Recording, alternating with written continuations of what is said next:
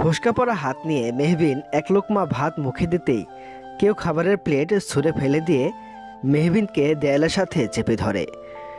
মেহবিন তাকিয়ে দেখে অভ্র, যে এখন মেহবিনের প্রাক্তন। কাল অভ্রের বিয়ে, অভ্রের গায়ে এখনও সেই গায়ে হলুদের পাঞ্জাবি। অভ্র রাগে চিৎকার করে বলল, তুই এখানে দাঁড়িয়ে দাঁড়িয়ে গিলছিস মেহবিন? ওইদিকে আমার মা কত খেটে যাচ্ছে, যে আমার মায়ের কাছে গিয়ে দেখ কিছু লাগবে কিনা। অভ্র মেহবিনের ফুসকা পড়া হাত এমনভাবে চেপে ধরেছে যে মেহবিনের হাতে খুব ব্যথা করছে। ব্যথায় মেহবিনের চোখে জল চলে এসেছে।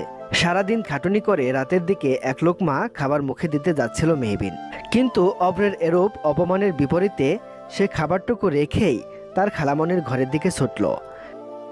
মেহবিন যেতেই অভ্র রাগান্বিত চোখে আশিকের দিকে তাকালো। অভ্রের চাহনি দেখে আশিক তাড়াতাড়ি রান্নাঘর থেকে বেরিয়ে গেল। আশিক অভ্রের বন্ধু হয় সম্পর্কে। সবসময় আশিকের মেহবিনের প্রতি কুনজর ছিল। হলুদের অনুষ্ঠানে সকলে ব্যস্ত ছিল। এই সুযোগে আশিক রান্নাঘরে মেহবিনকে একা পেয়ে তার সুযোগ নিতে চেয়েছিল। অভ্র সঠিক সময়ে তা দেখতে পেয়ে মেহবিনকে রাগ দেখিয়ে রান্নাঘর থেকে যেতে বলে। কেন যেন আশিক মেহবিনের দিকে কুনজর দেওয়ায় বড্ড রাগ লাগছে অভ্রের। কিন্তু কেন এত রাগ হচ্ছে তা অভ্র নিজেও জানে না। অভ্র জোরে জোরে শ্বাস নিয়ে নিজের রাগটুকু সামলিয়ে গায়ে হলুদের স্টেজের দিকে রওনা দিল। মেহবিন দৌড়ে কোনো রকমে তার খালামনের ঘরের সামনে এসে দাঁড়ায়। অভ্র নামক মানুষটি তাকে সবসময় কষ্ট দেওয়ার জন্য প্রস্তুত থাকে। অভ্র মেহবিনের সম্পর্কে খালাতো ভাই হলেও সে এখন মেহবিনের প্রাক্তন। মেহবিন একসময় অভ্র নামক মানুষটিকে খুব ভালোবাসত, হয়তো এখনও বাসে। মেহবিন খুব ছোটবেলায় নিজের বাবাকে হারিয়ে অনাথ হয়ে গিয়েছিল। মেহবিনের বাবা মারা যাওয়ার পরে মেহবিনের মা হঠাৎ নিখোঁজ হয়ে যায়। মেহবিনের খালামণি ইশরা বেগম নিজের সাথে করে বাড়িতে নিয়ে আসেন। ইশরা বেগমের স্বামীও মেহবিন ছোট থাকতেই মারা গিয়েছিল। খুব ছোট থাকতেই অভ্রকে ইশরা বেগম পড়াশোনার জন্য লন্ডনে পাঠিয়ে দিয়েছিল। মেহবিনের মনে পড়ে যায় 1 বছর আগের কথা, যখন অভ্র দেশে ফিরে এসেছিল। তখন মেহবিন অনার্স প্রথম বর্ষের ছাত্রী। 1 বছর আগে মেহবিন ব্রেকফাস্ট করে ভার্সিটির জন্য রেডি হচ্ছিল। তখনই কলিং বেলটা বেজে ওঠে। মেহবিন তাড়াহুড়ো করে দরজা খুলে এক প্রকার হা হয়ে থাকে। তার সামনে স্বয়ং তার ক্রাশ বয় অভ্র দাঁড়িয়ে আছে। মেহবিন প্রায় সবসময় অভ্রের ফেসবুক স্ক্রল করত। কত সুন্দর সুন্দর পিক ফেসবুকে দিত অভ্র। তা দেখে প্রায় মেহবিন শুধু ক্রাশ খেত। সাদা শার্ট পরে সানগ্লাস চোখে দিয়ে তাকিয়ে আছে মেহবিন নামক রমণীর দিকে। শ্যামবর্ণ রঙের সাদা শার্টটা বড্ড মানিয়েছে অভ্রকে। মেহবিন এক প্রকার ঘোরের মধ্যে চলে গেছে। অভ্র মেহবিনের দিকে তাকিয়ে হাত দিয়ে ইশারা করে বলল, কিরে মেহু, তুই এইভাবে দাঁড়িয়ে আছিস কেন হা করে? এইভাবে হা করে থাকলে কিন্তু মাছি ঢুকে যাবে মুখে। অভ্রের এমন কথায় মুখ চুপসে যায় মেহবিনের। খানিকটা লজ্জা তার মুখে স্পষ্ট। অভ্র মেহবিনের লজ্জামাখা মুখের দিকে তাকিয়েছিল, হয়তো কিছুটা মুগ্ধতা নিয়ে। মেহবিন দৌড়ে ছুটে যায় নিজের ঘরের দিকে। মেহবিনকে দৌড়াতে দেখে আনমনে মুচকি হাসে অভ্র। মেহবিনের খালা ইশরা বেগম ছেলেকে দেখে খুশিতে কেঁদেই ফেলে এক প্রকার। অভ্র দেশ থেকে এসেছে প্রায় 1 সপ্তাহ হয়েছে। এর মধ্যে অভ্র ও মেহবিন কিছুটা ফ্রেন্ডলি হয়ে গেছে। মেহবিন হাতের ব্যাগটা নিয়ে ভার্সিটি থেকে সন্ধ্যায় বের হয়। আজ মেহবিনের এক্সট্রা ক্লাস থাকায় মেহবিনের ক্লাস শেষ হয়েছে সন্ধ্যার দিকে। সন্ধ্যার দিকে মেহবিন তেমন একটা বাহিরে থাকে না। রাস্তায় মেহবিন তেমন লোকও দেখতে পাচ্ছে না। পাশেই কিছুটা বখাটে ছেলে দাঁড়িয়ে আছে। দেখে মনে হচ্ছে তারা নেশা করে আছে। মেহবিন তাদের দেখে ভয়ে শুকনো ঢুক গিলল। দ্রুততার সাথে মেহবিন তাদের পাশ কাটাতে নিলে একজন বখাটে উঠে দাঁড়িয়ে মেহবিনের দিকে এগোতে থাকে। মেহবিন ভয়ে দৌড় দিয়ে সামনে থাকা কারোর সাথে ধাক্কা দিয়ে ছিটকে পড়ে যায় মাটিতে। মেহবিন সামনে তাকিয়ে দেখে অভ্র কোমরে হাত দিয়ে বলল, মেহু, তুই এখানে কি করছিস? মেহবিন ভয়ে অভ্রকে জড়িয়ে ধরে বলল, ভাইয়া গো, আমার পেছনে ওরা আসছে, আমাকে বাঁচাও। কারা? পেছনে কিছু বখাটে ছেলে আসছে আমার পেছনে। অভ্র বুঝতে পারলো পাড়ার কিছুটা ভগাটে ছেলে মেহবিনের পিছু নিয়েছে। অভ্র মেহবিনের মাথায় হাত বুলিয়ে বলল, কই, কেউ তো নেই, তুই শুধু শুধু ভয় পাচ্ছিস। মেহবিন অভ্রের শার্ট আরেকটু খামচে ধরে বলল। ওরা আসছে। অভ্র মেহবিনকে আরেকটু শক্ত করে জড়িয়ে ধরে মাথায় হাত বোলাতে বোলাতে বলল। ধুর পাগলি, এত ভয় পাচ্ছিস কেন? আমি আছি তো। আমি থাকতে কেউ তোর ক্ষতি করতে পারবে না। তুই শুধু আমার উপর একটু ভরসা কর লক্ষ্মীটি। অভ্রের কথায় এমন কিছু ছিল যা শুনে মেহবিনের কান্না তৎক্ষণাৎ থেমে যায়। সে যেন অভ্র নামক মানুষটিকে আস্তে আস্তে করে ভরসা করতে শুরু করে। এইভাবে আরও কয়েকটা দিন চলতে লাগলো। অভ্রের মেহবিনের প্রতি করা কেয়ার, ছোট ছোট বিষয়ে মেহবিনকে হেল্প করা যেন মেহবিনকে অভ্রের প্রতি দুর্বল করে তুলছিল। মেহবিন খুব দেরি করে হলেও বুঝতে পারলো সে ভালোবাসে অভ্রকে। আস্তে আস্তে অভ্র ও মেহবিনের মাঝে তাদের অজান্তেই প্রেমের একটি সম্পর্ক তৈরি হয়। রিলেশনের 11 মাস খুব ভালোই যাচ্ছিল অভ্র ও মেহবিনের। কিন্তু হঠাৎ মায়রা নামক এক অজানা ঝড় অভ্র ও মেহবিনের জীবনে চলে আসে। মেহবিন ভার্সিটি থেকে ফিরে এসে দেখে অভ্র একটি মেয়েকে জড়িয়ে ধরে আছে। মেয়েটির গায়ে মডার্ন ড্রেস। বাড়িতে আজ মেহবিনের খালাও নেই। অভ্রকে অন্য একটি মেয়ের সাথে দেখে মেহবিনের হাত থেকে ব্যাগটি পড়ে গেল। মেহবিন কোনোরকম কাঁপা কাঁপা গলায় বলল। শুভ্র, তুমি কি করছো? অভ্র নিজের থেকে মেয়েটাকে ছাড়িয়ে মেয়েটার হাত ধরে মেহবিনের সামনে হাসি মুখে দাঁড়িয়ে বলল। মেহু, তুই এসেছিস? Meet my fiancé মায়রা। মেহবিন যেন এক পলকের জন্য থমকে যায়। এই মেয়েটা অভ্রের ফিয়ন্সি মানে? এসব কি বলছে অভ্র? মেহবিনকে থম মেরে যেতে দেখে মায়েরা মুচকি হেসে বলল। মেহবিন, তুমি হঠাৎ এভাবে থম মেরে গেলে কেন? Are you okay? মেহবিন এবার অভ্রের শার্টের কলার চেপে ধরে বলে। এই মেয়েটা তোমার হবু বউ মানে? এসব কি উল্টাপাল্টা বলছো তুমি? আমি একদম ঠিক বলছি। লন্ডনে থাকতে মায়রার সাথে আমার রিলেশন হয়। আমরা একে অপরকে ভালোবাসি, কিন্তু মায়রার সাথে সামান্য কারণে ঝগড়া হয়, যার ফলে আমাদের ব্রেকআপ হয়। আমি জাস্ট দেশে এসে তোর সাথে প্রেমের একটা ছোট্ট নাটক করি, শুধুমাত্র মায়রাকে জেলাস ফিল করানোর জন্যে। মায়রা এখন তার ভুলটা বুঝতে পেরেছে, তাই আমার কাছে ফিরে এসেছে। এখন আমরা দুজন সামনের মাসে বিয়ে করব। That's it. অভ্রের প্রতিটা কথা শুধুই শুনেই গেল মেহবিন। কোনো রকম প্রতিক্রিয়া করল না, শুধুমাত্র আনমনে সিঁড়ি বেয়ে উঠে চলে গেল। মেহবিনের যাওয়ার দিকে অভ্র তাকিয়ে রইল কিছুক্ষণ। মায়েরা মৃদু ধাক্কা দিয়ে বলল অভ্রকে। কি দেখছো তুমি এত অভ্র? আমি এতদিন পর এলাম, তুমি আমায় শপিংয়ে নিয়ে যাবে না? অভ্র মুচকি হেসে বলল। অবশ্যই ম্যাম, চলুন। কে রে মেহবিন, তুই এখানে দাঁড়িয়ে কি করছিস? নিজের খালামণির ডাকে মেহবিন অতীত থেকে বেরিয়ে আসে। নিজের চোখের জলটুকু দ্রুত মুছে ফেলে। নিজের কষ্টগুলো সে তার খালামণিকে কিছুতেই দেখাতে চায় না। মেহবিনের খালা অভ্র ও মেহবিনের সম্পর্কের কথা জানে না। এই মানুষটি যদি সব জানতো তাহলে হয়তো খুব কষ্ট পেত। এই খালা নামক মানুষটির জন্যই এতটা কষ্ট সহ্য করে মেহবিন এই বাড়িতে আসে। মেহবিন কি করে তার খালাকে ছেড়ে যাবে? যে মানুষটি ছোটবেলা থেকে তাকে সবসময় আগলে রেখেছে, তাকে ছেড়ে মেহবিন কোথাও যেতে পারবে না। মেহবিন নিজেকে সামলে বলে। কিছু না খালা, তুমি কিছু বলবে আমায়? বলছিলাম আমি অসুস্থ বলে। তুই তো অভ্রের গায়ে হলুদের সব আয়োজন নিজেই করলি। এখন একটু ঘরে গিয়ে বিশ্রাম কর যা। মেহবিন মাথা নাড়িয়ে নিজের ঘরে যেতে নিলে মেহবিনের খালা পিছন থেকে ডেকে বলে। মেহু, তোর হাতে কি হয়েছে? মেহবিন তার ফুসকা পড়া হাতের দিকে তাকিয়ে বলল। আসলে তেলে পেঁয়াজু ভাজতে গিয়ে তেল ছিটে হাতে চলে এসেছিল। তুমি চিন্তা করো না খালা, আমি ঘরে গিয়ে ঔষধ লাগিয়ে নিব। অবশ্যই লাগিয়ে নিবি কিন্তু। আচ্ছা। মেহবিন তার ঘরে ঢুকলো, তখনই বাহির থেকে কেউ বলে উঠল। আসবো? মেহবিন পেছনে ঘুরে দেখে অভ্র দাঁড়িয়ে আছে। অভ্রকে দেখে মেহবিন বলে। তুমি এখানে? অভ্র মেহবিনের দিকে একটি পেপার এগিয়ে দিয়ে বলে। পেপারটা সাইন করে দিস। পেপারটা রেডি করতে একটু দেরি হয়ে গেছে বটে। মেহবিন পেপারটার দিকে তাকিয়ে দেখে ডিভোর্স পেপার। অভ্র তাদের ভালোবাসার প্রমাণ দেওয়ার জন্য সকলের আড়ালে মেহবিনকে নিয়ে কাজে অফিসে গিয়ে তাদের বিয়েটা সেরে ফেলেছিল।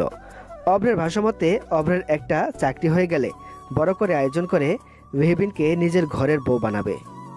বর্তমানে অভ্র একটি বড় কোম্পানিতে বড় পদে চাকরি করে।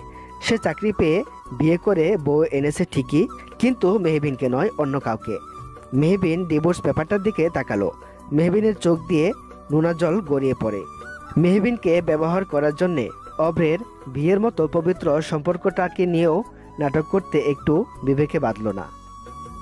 মেহবিন তাচ্ছিল্যের হাসি হেসে বলল, বিয়ের আগের রাতে তুমি আমার হাতে ডিভোর্স পেপার তুলে দিচ্ছ।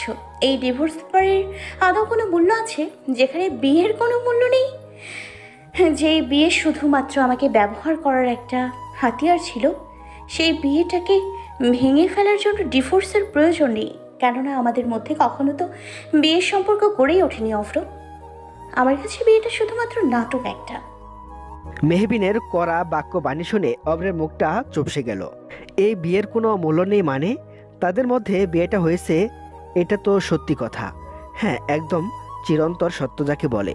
অভ্রের তো ডিভোর্সের কোনো তাড়া ছিল না, কিন্তু মাইরাই তো তাকে ডিভোর্সের জন্য তাড়া দিচ্ছিল। অভ্রের রাগ হলেও সে তা দমিয়ে দিয়ে বলল, কাল আমার বিয়ে, বিয়ের আগে ডিভোর্স পেপারটা সাইন করে আমাকে দিবি। পরে তো আবার ডিভোর্স না হলে আমার স্ত্রীর অধিকার চেয়ে বসবি, তখন কি হবে? মেহবিন আবারও হাসে। মেহবিন বলে ওঠে, আচ্ছা, তুমি তো শুধু মায়রাকে জেলাস ফিল করানোর জন্য রিলেশনে গিয়েছিলে, তাহলে বিয়ের নাটকটা কেন করলে? অভ্র কি উত্তর দিবে বুঝতে পারছে না। অভ্রের এই নীরবতা বুঝিয়ে দিচ্ছে সে কিছু লুকাতে চাইছে। আমি তোর প্রশ্নের উত্তর দিতে বাধ্য নই। কথাটি বলে অভ্র এক প্রকার তারা নিয়েই মেহবিনের রুম থেকে বেরিয়ে আসে। মেহবিন পুনরায় তার ছেলের হাসি হাসে। আজকাল তার শুধু অভ্রের কথাতে তার ছেলের হাসি হাসতে ইচ্ছে করে। তখনই মেহবিনের ফোন বেজে ওঠে। মেহবিন ফোনটা উঠিয়ে দেখে ডক্টরের নাম্বার। আজকাল মেহবিনের শরীর বেশ খারাপ, তাই কয়েকটা টেস্ট করিয়েছিল মেহবিন। হয়তো সেগুলোর রিপোর্ট চলে এসেছে। মেহবিন ফোন রিসিভ করে বলে, হ্যাঁ ডক্টর, বলুন। জি, আসলে আপনার রিপোর্ট চলে এসেছে। কি আছে তাতে? ফোনে না বলে সরাসরি বললে সুবিধা হবে। আপনি বরং কালকে আমার সাথে দেখা করুন। মেহবিন সম্মতি জানিয়ে ফোনটি রেখে দেয়। কেমন আছে রিপোর্টে যা ডক্টর ফোনে বলতে পারলো না? হাতে কোনো পুরুষের স্পর্শ পেতেই মেহবিন লাফিয়ে ওঠে দেখে তার প্রাক্তন অভ্র। বিয়ের আগের রাতে অভ্র হঠাৎ মেহবিনের ঘরে কেন? মেহবিনকে এভাবে উঠতে দেখে অভ্রও খানিকটা চমকে যায়। মেহবিন তো ঘুমিয়েছিল, তাহলে জেগে গেল কিভাবে? মেহবিন ঘড়ির দিকে তাকিয়ে দেখে রাত 2টা বাজে। কাল অভ্রের বিয়ে, অথচ এত রাতে অভ্র মেহবিনের ঘরে কেন? মনে মনে নিজেকে প্রশ্ন করে বসে মেহবিন। অভ্র মেহবিনের দিকে প্রশ্ন ছুড়ে বলে, তুই ঘুমাসনি? হ্যাঁ ঘুমিয়েছিলাম, কিন্তু রুমে তোমার উপস্থিতি টের পেয়ে আমার ঘুম ভেঙে যায়। আমার ঘুম বরাবরই কাঁচা। এত রাতে তুমি আমার ঘরে কেন? মেহবিনের প্রশ্নে অভ্র কি বলবে বুঝতে পারছে না। মেহবিন নিজের ফুসকা পড়া হাতের দিকে তাকিয়ে দেখে তাতে ওষুধ লাগানো। অভ্রের হাতেও ওষুধ। তার মানে এত রাতে অভ্র তার হাতে ওষুধ লাগাতে এসেছিল। মেহবিনের ফুসকা পড়া হাতের দিকেও অভ্রের নজর ঠিক গিয়েছিল। তুমি আমার হাতে এত রাতে ঔষধ লাগাতে এসেছিলে? অভ্র এখন কি বলবে? সে তখন ডিভোর্স পেপার দিতে এসে খেয়াল করেছিল মেহবিনের ফুসকা পড়া হাতটি। মেহবিন যে মেয়ে, নিজের হাতের দিকে সে একটু যত্ন নেবে না, তাই অভ্রই তার হাতে ওষুধ লাগাতে ঘরে এসেছিল। সত্য কথাটি লুকিয়ে অভ্র বলল, আসলে আমি এই ঘরে একটা ওষুধ নিতে এসেছিলাম, তারপর দেখলাম তোর হাতটায় ফোসকা পড়ে গেছে, তাই ভাবলাম ওষুধ লাগিয়ে দেই, আর তেমন কিছু না। মেহবিন ছলছল চোখে বলে উঠল, আমার মনের ক্ষতে ঔষধ কিভাবে লাগাবে অভ্র? তুমি শুধু আমার হাতের ক্ষতটাই দেখলে, অথচ আমার মনের ক্ষতটা দেখলে না।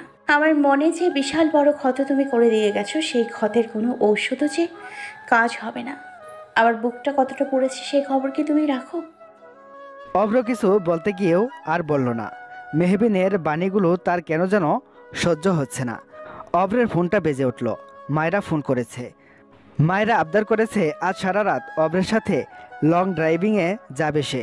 বড়লোক বাবার মেয়ে মায়রা যা আবদার করবে সে আবদারই তার পূরণ করতে হবে। অভ্রের ফোনে মায়রা নামটি দেখে মেহবিন বিদ্রুপ হেসে বলে, তোমার হবু স্ত্রীর ফোন এসছে অভ্র। তুমি এখন রুম থেকে যাও, কালকে তোমার বিয়ে। বাড়িতে আত্মীয় স্বজন গিজগিজ করছে। এত রাতে আমার ঘরে তোমাকে দেখে আত্মীয় স্বজন নানা কথা রটাবে। আমার নামের দুশ্চরিত্রের ট্যাগ বসাতেও তারা ভাববে না, কিন্তু তোমার কিছুই হবে না। তাই বলছি আমার রুমে তুমি এসো না। মেহবিনের এরকম কড়া কড়া জবাবে অভ্রের নাক মুখ খিচে দাঁড়িয়ে গেল। আজকাল মেয়েটা শুধু তাকে কড়া কড়া বাণী শুনিয়ে দিচ্ছে। কই আগে তো মেয়েটা এমন ছিল না। তার কথায় এক প্রকার মিষ্টতার আভাস পেত অভ্র। তাহলে সেই মিষ্টতা কি অভ্রের করা প্রেমের থলে হারিয়ে গেল? হয়তো। অভ্র আর কিছু ভাবতে পারছে না। মায়েরা বারবার ফোন করছে। মেয়েটা অনেকক্ষণ ধরে নিচে গাড়ি নিয়ে অভ্রের জন্য অপেক্ষা করছে। না, মেয়েটাকে আর অপেক্ষা করানো ঠিক হবে না। অভ্র নিচে চলে গেল। মেহবিন দীর্ঘশ্বাস ফেলল। অভ্র সদর দরজার কাছে গিয়ে চাবি বের করে দরজাটা খুলতে গিয়ে দেখল তার বন্ধুরা সবাই পুরো ড্রয়িং রুম জুড়ে নিজেদের রাজত্ব বিস্তার করে ঘুমাচ্ছে। তাদের দেখে মৃদু হেসে অভ্র ড্রয়িং রুম থেকে বেরিয়ে গেল। অভ্রকে বেরিয়ে যেতে দেখে আশিক উঠে গেল। এতক্ষণ সে ঘুমের ভান ধরেছিল। অভ্র এখন বাড়িতে নেই। বাকি বন্ধুরা ও আত্মীয় স্বজনরা এখন ঘুমাচ্ছে। এই সুবর্ণ সুযোগ আশিক হাতছাড়া করতে চাইছে না। অনেক মেয়ের সাথে সে রাত কাটিয়েছে, কিন্তু মেহবিন একটা মেয়ে বটে। তার শরীরটা দেখলেই আশিকের পক্ষে নিজেকে কন্ট্রোল করা দায় হয়ে যায়। আজকে সে মেহবিনকে নিজের করে ছাড়বেই। আশিক পৌচাশিক হাসি দিয়ে মেহবিনের রুমের দিকে যেতে থাকে। অভ্রকে দেখে মায়েরা অন্যদিকে মুখটা ঘুরিয়ে নেয়। সে আজ অভ্রের সাথে বড্ড রাগ করেছে। এতক্ষণ ধরে তাকে অপেক্ষা করিয়ে নিচে দাঁড় করিয়ে রেখেছে অভ্র। কি এমন মহাকার্য করছিল অভ্র যে তাকে আধা ঘন্টা ধরে নিচে দাঁড় করিয়ে রাখলো? নিজের প্রেয়সীর রাগ হয়েছে বুঝতে পেরে অভ্র পিছন থেকে মায়রাকে জড়িয়ে ধরে বলে, আমার মায়ু বেবির বুঝি খুব রাগ হয়েছে? খুব হয়েছে। আজকে তো তোমার মায়ু বেবি তোমার সাথে কথাও বলবে না। তাহলে আমার কি হবে? আমার মায়ু বেবি যদি আমার সাথে কথা না বলে, তাহলে তো এই অভ্র নামক বেচারা প্রাণীটির দুর্দশা হয়ে যাবে। তোমার মুখে মিষ্ট বাণী আমার কানে না পৌঁছালে আমার অন্তরটা যে জ্বলে পড়ে যাবে, তখন কি হবে? অভ্রের এমন কথা শুনে মায়রা নামক রমণীর সব রাগ গলে জল হয়ে গেল। সে হেসে উঠল অভ্রের কথায়। নিজের প্রেয়সীকে হাসতে দেখে অভ্রও হেসে উঠল। মায়রা অভ্রের বুকে মাথা রেখে বলল, তুমি সারা জীবন আমার হয়েই থাকো অব্র, কখনো বদলে যেও না। তুমি বদলে গেলে আমি যে নিজের অস্তিত্বকে হারিয়ে ফেলবো। মায়রার কথা শুনে অভ্র মুচকি হেসে অভ্র মায়রাকে জড়িয়ে ধরে বলে, আমি তো সবসময় তোমারই আছি, তোমারই থাকবো। বিয়ের আগে আমার প্রমিস তোমার কাছে, মাই ডার্লিং। জানালা দিয়ে এসব কিছুই দেখে যাচ্ছে মেহবিন।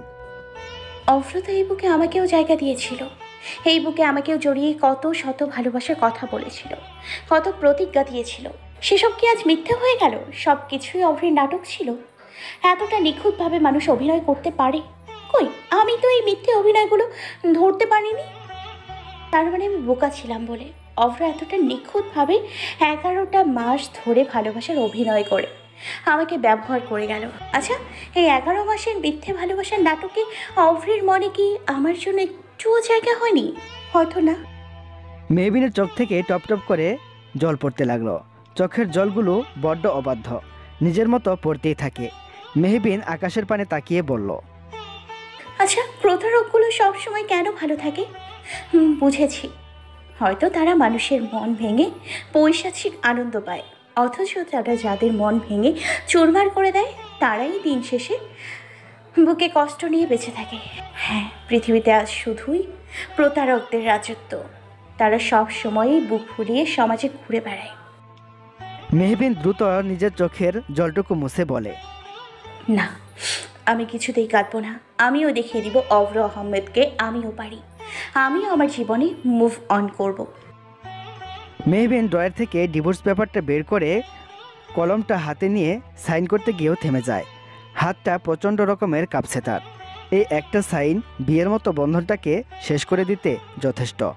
পাশে অভ্রের সাইন জলজল করছে। আচ্ছা, অভ্র যখন সাইনটা করেছিল তখন তারও কি হাতটা কেঁপে উঠেছিল? জানে না মেহবিন। মেহবিনের হাত থেকে কলমটা পড়ে যায়। অভ্র নামক বিশ্বাসঘাতকের কোনো জায়গা নেই মেহবিনের জীবনে। কিন্তু এই কথাটি কিছুতেই সে তার মনকে বোঝাতে পারছে না। মন যে বড্ড অবুঝ, সে মানে না কোনো বাধা, সে শুধু তার নিয়মে চলে। মেহবিনের মাথাটা কেমন যেন চক্কর দিয়ে উঠল। শরীরে তেমন জোর পাচ্ছে না। গ্লাসের পানিটুকু নিয়ে ডক্টরের দেওয়া ওষুধ বের করে খেয়ে ফেলল। মেহবিন তার মায়ের ছবিটা বের করে শক্ত করে জড়িয়ে ধরে বলে, মা, কোথায় তুমি? তোমার মেয়ের যে বড্ড প্রয়োজন তোমাকে। কোথায় হারিয়ে গেলে মা? মা গো, এই সময় তোমার বুকে মাথা ঠেকিয়ে কাঁদলে বোধ হয় আমার ব্যথাটা হালকা হতো। মেহবিন ফুপিয়ে কেঁদে ওঠে। এই কষ্ট যে তার সহ্য হচ্ছে না।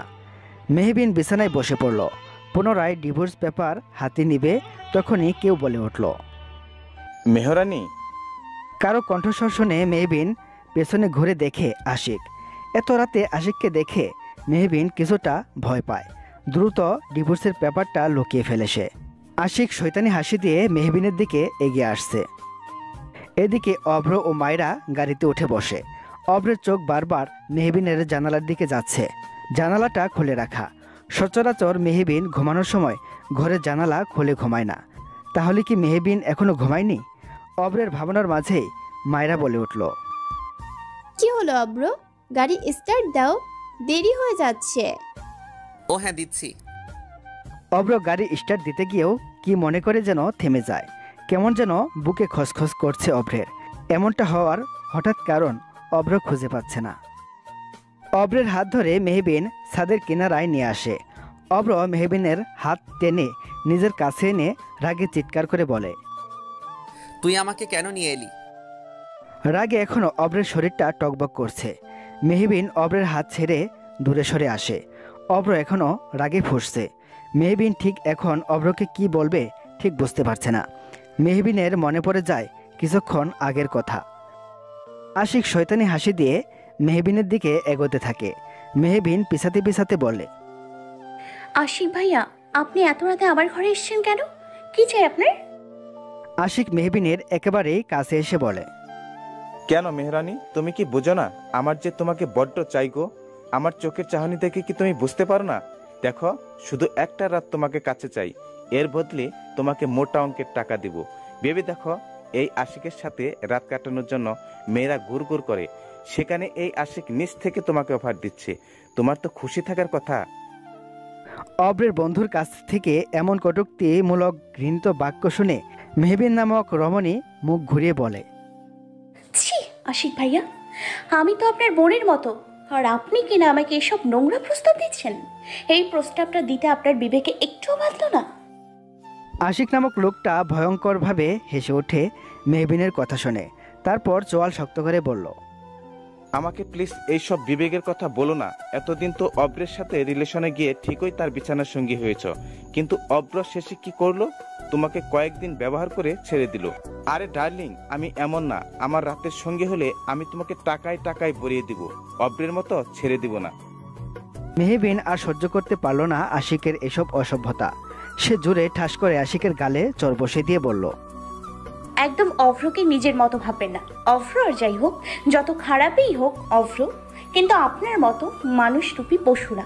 আপনি জানেনই বা কতটুকু? হ্যাঁ, আমার এবং অভ্রের সম্পর্কে আমি অভ্রের কথাটা বলতে গিয়ে থেমে যায় মেহবিন। সে অভ্রের স্ত্রী এটুকু সে বলতে পারবে না, কেননা রাত পোহালেই একটা সামান্য সাইনের মাধ্যমে তার এবং অভ্রের স্বামী স্ত্রীর সম্পর্কের দীর্ঘ অবসান ঘটবে। শুরু হবে অভ্র এবং মায়রার নতুন দাম্পত্যের জীবন।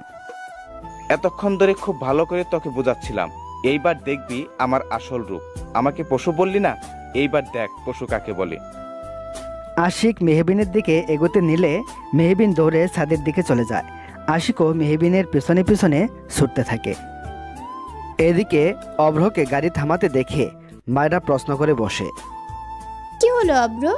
তুমি গাড়ি স্টার্ট দিচ্ছ না কেন? আমাকে যেতে হবে। কেন? অভ্র মেহবিনের জানালার দিকে তাকিয়ে বলল, আমার মানিব্যাগটা ঘরে রেখে এসেছি, তাই সেটা নিয়ে আসছি। তুমি একটু অপেক্ষা করো যান, আমি এক্ষুনি আসছি। অভ্র দ্রুত গাড়ি থেকে বেরিয়ে গেল। মায়রাকে এক প্রকার মিথ্যে বলেই অভ্র বেরিয়েছে। মানিব্যাগটা অভ্রের পকেটেই আছে। কেন যেন তার মনটা মেহবিনের জন্য খসখস করছে। তাই মায়াকে মিথ্যে বলে অভ্র মেহবিনের ঘরের দিকে যাচ্ছে। উদ্দেশ্য মেহবিনকে এক পলক দেখে অশান্ত মনটাকে শান্ত করা। মেহবিন দৌড়ে চিলেকোঠার ঘরের দিকে এসে পড়ে। শরীরটা বেশ দুর্বল, তাই মেহবিন দৌড়াতেও পারছে না। পিছন থেকে আশিক মেহবিনের ওড়না নিজের হাতের মুঠোয় নিয়ে বলে, এইবার কোথায় পালাবে ডার্লিং? মেহবিন এখন কি করবে কিচ্ছু বুঝতে পারছে না। চিৎকারটুকু তার পক্ষে করা সম্ভব না।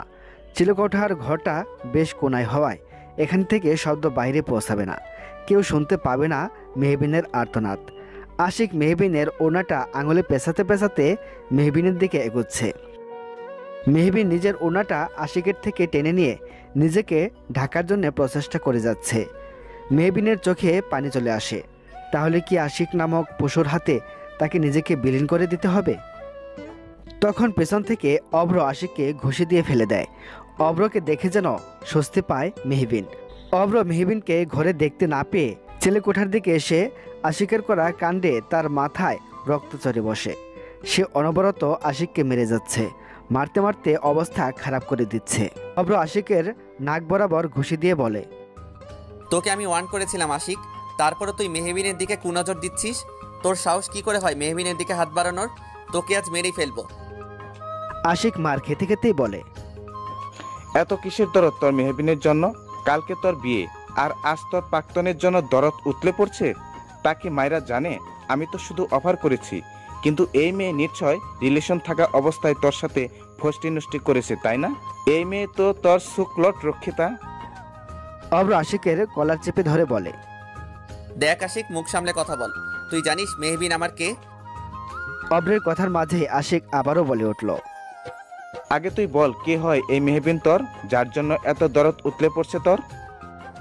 আশিকের প্রশ্নে অভ্র চুপ হয়ে যায়। অসহায় দৃষ্টিতে মেহবিনের দিকে তাকায়। মেহবিন হাত মুঠো করে দাঁড়িয়ে আছে। মেহবিন তো তার স্ত্রী। হ্যাঁ, মেহবিনকে সে ভালোবাসে না, কিন্তু পরিস্থিতির চাপে পড়ে হলেও সে মেহবিনকে স্ত্রীর মর্যাদা দিয়েছিল। সমস্যা হলো এই কথা আশিককে কিংবা দুনিয়ার কারোর সামনে অভ্র বলতে পারবে না। অভ্রের ভাবনার মাঝেই আশিক অভ্রকে ধাক্কা দিয়ে কোনো রকমে পালিয়ে যায়। অভ্র আশিককে ধরতে গেলে পিছন থেকে মেহবিন অভ্রের হাত ধরে ছাদে নিয়ে আসে। অভ্র ক্ষিপ্ত গলায় বলল, তুই আমাকে ছাদে নিয়ে আসলি কেন? আশিক পালিয়ে গেল। আশিক পালিয়ে না গেলে তুমি আশিককে ঠিক কি উত্তর দিতে অভ্র? আমি তোমার কে? তোমার বিয়ে করার রক্ষিতা? সঙ্গে সঙ্গে অভ্র জোরে চিৎকার করে বলল, রক্ষিতা মানে? মেহবিন, তোর মাথা ঠিক আছে? নিজেকে আমার বিয়ে করা রক্ষিতা বলছিস? হ্যাঁ, আমি তোর সাথে বিয়ের মিথ্যে নাটক করেছি, ভালোবাসাকে হাতিয়ার করে। আমি তোকে ঠকিয়েছি, কিন্তু তোকে কখনোই খারাপভাবে স্পর্শ করিনি আমি। হয়তো করনি, কিন্তু তুমি কি জানো মেয়ের জীবন ঠিক কতটা কষ্টের হয়ে থাকে? আজ আশিক আমাদের সম্পর্ক নিয়ে বাজে মন্তব্য করেছে, কাল গোটা সমাজ করবে এই সমাজ যে বড্ড খারাপ। তারা সত্যটা না জেনেই মন্তব্য করা শুরু করবে, আমাকে বানিয়ে দেবে রক্ষিতা। তুমি আমাকে আমার আসল পরিচয় সমাজের সামনে দিতে পারবে না। একদমই পারবে না। যেমন আজকে পারোনি, তুমি শুধু পারবে আমাকে দিনের পর দিন ব্যবহার করতে। অভ্র আর মেহবিনের এত কঠোর বাক্যবাণী নিতে পারছে না, তাই সে ছাদের এক কোনায় বসে পড়ে বলল, প্লিজ মেহু, তুই থাম, আমি সত্যি আর নিতে পারছি না। মেহবিন অশ্রুসিক্ত চোখে তাকিয়ে বলল, আমি তো এখনো কিছুই বলিনি অভ্র। কাল তুমি ঠিকই ঢ্যাং ঢ্যাং করে নতুন বিয়ে করতে চলে যাবে, কিন্তু আমার কি হবে সেটা একবারও ভেবে দেখেছো? এই বিষয়ে আমি তোমাকে দোষ দিতেও চাই না, দোষটা আমার। আমি ব্যর্থ হয়েছি। আমার সবচেয়ে বড় ব্যর্থতা কি জানো অভ্র? আমি অযোগ্য মানুষকে ভালোবেসেছিলাম। অভ্র মেহবিনের দিকে তাকালো। কথাটা তাকে ঘিরেই ছিল। মেহবিন তাকে অযোগ্য উপাধি দিচ্ছে। অভ্র রাগ ক্ষোভ নিয়ে হাত মুঠো করে বসে রইল। তোমার ডিভোর্স পেপার আমি কাল ঠিক তোমাকে সাইন করে পাঠিয়ে দিব। মেহবিন কথাটি বলে ছাদ থেকে চলে গেল। অভ্র সেখানেই ঠায় বসে রইল। মায়েরা ফোন করছে, হয়তো অভ্র এত দেরি করছে কেন তা জানতে। অভ্র ফোনটা রিসিভ করে মায়েরাকে জানিয়ে দিল তার শরীরটা খারাপ, তাই সে যেতে পারবে না। মায়েরা যেন এখন বাড়ি চলে যায়। অভ্র দীর্ঘ শ্বাস ফেলল। প্রায় ভোরবেলায় মেহবিন রুম থেকে বেরিয়ে গেল। কাল সারা রাত তার চোখে ঘুম ধরা দেয়নি। দেবে কিভাবে? নিজের ভালোবাসার মানুষের অন্য কারোর সাথে বিয়ে হয়ে যাবে, এই কথাটি মেহবিনের জায়গায় যে কোনো মেয়ের মানতে কষ্ট হবে। মেহবিন বাড়িটার দিকে ভালো করে তাকায়। বাড়িটা একটু পরেই বিয়ের সজ্জায় সজ্জিত হবে। মায়েরা ও অভ্রের বিয়ের এই আয়োজনে মেহবিন থাকতে পারবে না। যতই হোক, সাইন না করা পর্যন্ত অভ্র তার স্বামী। মেহবিন কিছুতেই তার স্বামীর বিয়ের আয়োজন দাঁড়িয়ে দাঁড়িয়ে দেখতে পারবে না। মেহবিন দাঁড়িয়ে গেল বাড়ি থেকে ডক্টর জেসমিনের চেম্বারের উদ্দেশ্যে। ডক্টর জেসমিন নাইটে ডিউটি করে। সকাল 11টার দিকে তিনি বাড়ি চলে যান, তাই ভোরেই মেহবিন হসপিটালে এসেছে। ডক্টরের কেবিনে মেহবিন বসে আছে, কেমন যেন নার্ভাস ফিল হচ্ছে তার। ডক্টর জেসমিন মেহবিনের রিপোর্ট চেক করছে বারবার। গম্ভীর মুখে জেসমিন বলে ওঠে, আপনার বাড়ির লোক কেউ আসেনি? না, আমার রিপোর্টে কি এসছে ডক্টর? আসলে আমি কিভাবে যে বলবো। কিছুটা সংকোচ নিয়ে ডক্টর জেসমিন বললেন, আপনি কোনো প্রকার সংকোচ করবেন না ডক্টর, প্লিজ ডক্টর বলুন রিপোর্টে কি আছে। এবার ডক্টর জেসমিন এমন কিছু বললেন যা শুনে এক প্রকার স্তব্ধ হয়ে গেল মেহবিন। অভ্রের বিয়ের দিনই মেহবিন জানতে পারল সে অভ্রের সন্তানের মা হতে চলেছে। প্রেগনেন্সির রিপোর্টে তা স্পষ্ট। মেহবিনের চোখে জল চলে আসলো। এই জল কি মা হওয়ার আনন্দের নাকি জীবনের মোড় ঘুরিয়ে দেওয়ার কষ্টের? মেহবিন অসহায় দৃষ্টিতে ডক্টরের দিকে তাকালো। মেহবিনের প্রশ্নবোধক দৃষ্টি বুঝতে পেরে ডক্টর বললেন, দেখুন মেহবিন, আমি আপনাকে কয়েকটা টেস্ট করতে দিয়েছিলাম, মনে আছে? তার মধ্যে প্রেগনেন্সির টেস্টও দিয়েছিলাম। আমার কেন যেন আপনার সিস্টেম দেখে মনে হচ্ছিল আপনি প্রেগনেন্ট, যদিও আমি শিওর ছিলাম না। তাই আমি আপনাকে বাকি সব টেস্টের সাথে প্রেগনেন্সির টেস্টটাও দিয়েছিলাম। অ্যান্ড কংগ্রাচুলেশন মিসেস, আপনি মা হতে চলেছেন। মেহবিন উঠে দাঁড়িয়ে বাইরে চলে গেল। তার মাথা কাজ করছে না, এসব কিভাবে হলো। তখনই তার মনে পড়ে গেল 3 মাস আগের কথা। 3 মাস আগেই অভ্র তার ভালোবাসার পরীক্ষা দেওয়ার জন্য মেহবিনকে বিয়ে করেছিল। বিয়ের উপলক্ষে সেদিন অভ্র মেহবিনকে নিয়ে সব বন্ধুদের নিয়ে 5 স্টার হোটেলে পার্টি দিয়েছিল। যদিও অভ্রের বন্ধুরা বিয়ের ব্যাপারটা জানতো না, তারা শুধু জানতো অভ্র মেহবিনের সাথে রিলেশনে আছে। অভ্র সেদিন বন্ধুদের জন্য পার্টিতে অনেক ড্রিঙ্ক করেছিল। অভ্রের বন্ধুরা জোর করে মেহবিনকেও ড্রিঙ্ক করতে ফোর্স করছিল, যদিও মেহবিন এসব একদম পছন্দ করে না। কিন্তু তাদের জেদের সাথে না পেরে ড্রিঙ্ক করেই ফেলেছিল মেহবিন। অভ্র ও মেহবিন দুজনেই ড্রিঙ্ক করেছিল প্রচুর পরিমাণে। তার মধ্যে অভ্রের বন্ধুরা মজার ছলে মেহবিন ও অভ্রকে রুমে আটকে দিয়েছিল। মেহবিন ও অভ্র এতটাই ড্রাঙ্ক ছিল যে তারা নিজের অজান্তেই অনেকটা কাছে চলে এসেছিল। ভোরবেলায় ড্রাঙ্ক অবস্থাতেই অভ্র বেরিয়ে যায়। অতিরিক্ত ড্রাঙ্ক অবস্থায় থাকায় অভ্রের সেদিনের ঘটনা কিছুই মনে নেই। মেহবিনের যখন জ্ঞান ফিরে তখন সকাল 12টা বাজে। নিজের দিকে তাকাতে সে বুঝতে পারে তার সাথে ঠিক কি হয়েছে। তবু সে চুপ হয়ে যায়। ভেবেছিল আস্তে ধীরে এসব বিষয়ে অভ্রের সাথে কথা বলবে, কিন্তু তার আগেই মায়রার আগমন তাদের জীবনে ঘটল। মেহবিন হসপিটালের করিডোরে এক কোনায় বসে রইল।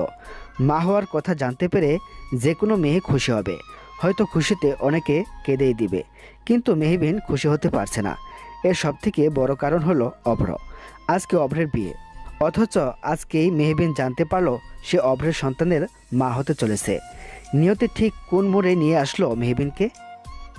আচ্ছা, অভ্র যদি এই সন্তানকে অস্বীকার করে তাহলে কি করবে মেহবিন? সমাজের লোক তো তার সন্তানকে অবৈধ বলবে, কেউ তো সত্যিটা জানতে চাইবে না। এই সমাজের মানুষ মেয়েদের দোষী বানাতে পারলেই তারা পরম আনন্দ পায়। মেহবিন তার পেটে হাত বুলিয়ে বলে, আমার সোনা, তুই একটু চিন্তা করিস না, তুই তো পবিত্র রে। তুই আমার এবং অভ্রের বৈধ সন্তান। কেউ তোর দিকে যেন আঙুল না তুলতে পারে, আমি সেটাই করব। আমি এবার খালাকে পুরো বিষয়টা খুলে বলবো। মেহবিন জীবনের এমন একটা পর্যায়ে এসে তার জীবনের সঠিক সিদ্ধান্ত নিতে এক প্রকার সক্ষম হয়ে উঠেছে। তাই সে ইশরা বেগমের দ্বারস্থ হয়। ছেলের বিয়েতে যেন কোনো প্রকার ত্রুটি না থাকে, তাই ইশরা বেগম নিজে দাঁড়িয়ে সকল আয়োজন করছেন। মেহবিন বাড়িতে ঢুকেই দেখে ইশরা বেগম বাকিদের সাথে মিলে আয়োজন করছে। বাড়িটাও বিয়ের সজ্জায় সজ্জিত হয়ে উঠেছে চারিদিকে। এসব দেখে মেহবিনের বুক ফেটে কান্না পাচ্ছে। মেহবিন দ্রুত তার খালা ইশরা বেগমের কাছে গিয়ে বলল, খালা, তোমার সাথে আমার কিছু কথা আছে, তুমি আমার সাথে একটু ঘরে চলো। আমার তো একটু কাজ আছে, পরে গেলে হবে না? না, আমার খুব জরুরি কথা আছে, যা এক্ষুনি তোমাকে বলতে চাই আমি। আচ্ছা বাবা, যাব, কিন্তু আগে বল তুই এতক্ষণ কোথায় ছিলিস? সব বলবো, আগে তুমি আমার সাথে ঘরে চলো। মাথা ঠেকিয়ে বসে আছে ইশরা বেগম। মেহবিন ইশরা বেগমকে আঁকড়ে ধরে ফুপিয়ে কেঁদে যাচ্ছে। ইশরা বেগমকে ইতিমধ্যে শুরু থেকে সবকিছুই খুলে বলেছে মেহবিন। রুমে পিন পিন জুড়ে নীরবতা পালন হচ্ছে। নীরবতা থামিয়ে ইশরা বেগম বললেন, এত কিছু হয়ে গেল অথচ আমি কিচ্ছু জানি না। আমাকে তো একটিবার নিজের কষ্টগুলো বলতে পারতি মেহু। মেহবিন কাঁদতে কাঁদতে কথাটাও বলতে পারছে না, কোনো রকম কাপা কাপা গলায় বলল, আমি সত্যি বুঝতে পারিনি খালা, অভ্র এইভাবে আমাকে ঠকাবে। এখন আমি কি করব বলো? আমার এই সন্তানকে নিয়ে কোথায় যাব? ইসরা বেগম গম্ভীর চিন্তায় ডুবে গেলেন। এই মুহূর্তে তার ঠিক কী করা উচিত তিনি বুঝতে পারছেন না। ইসরা বেগম কিছু একটা ভেবে বললেন, আমার উপর ভরসা করিস মেহু। সব থেকে বেশি খালা। তাহলে এখানে চুপটি করে বসে থাক, আমি আসছি। ইসরা বেগমের কথা অনুসারে মেহবিন চুপ হয়ে বসে থাকে। কিছুক্ষণ পরেই অভ্রের বিয়ে শুরু হবে। অভ্রদের বাড়ির পাশে একটা 5 স্টার পার্টি সেন্টার আছে। মায়রার বাবা নিজের মেয়ের বিয়ে বড় করেই দিবেন। একমাত্র আদরের মেয়ে বলে কথা।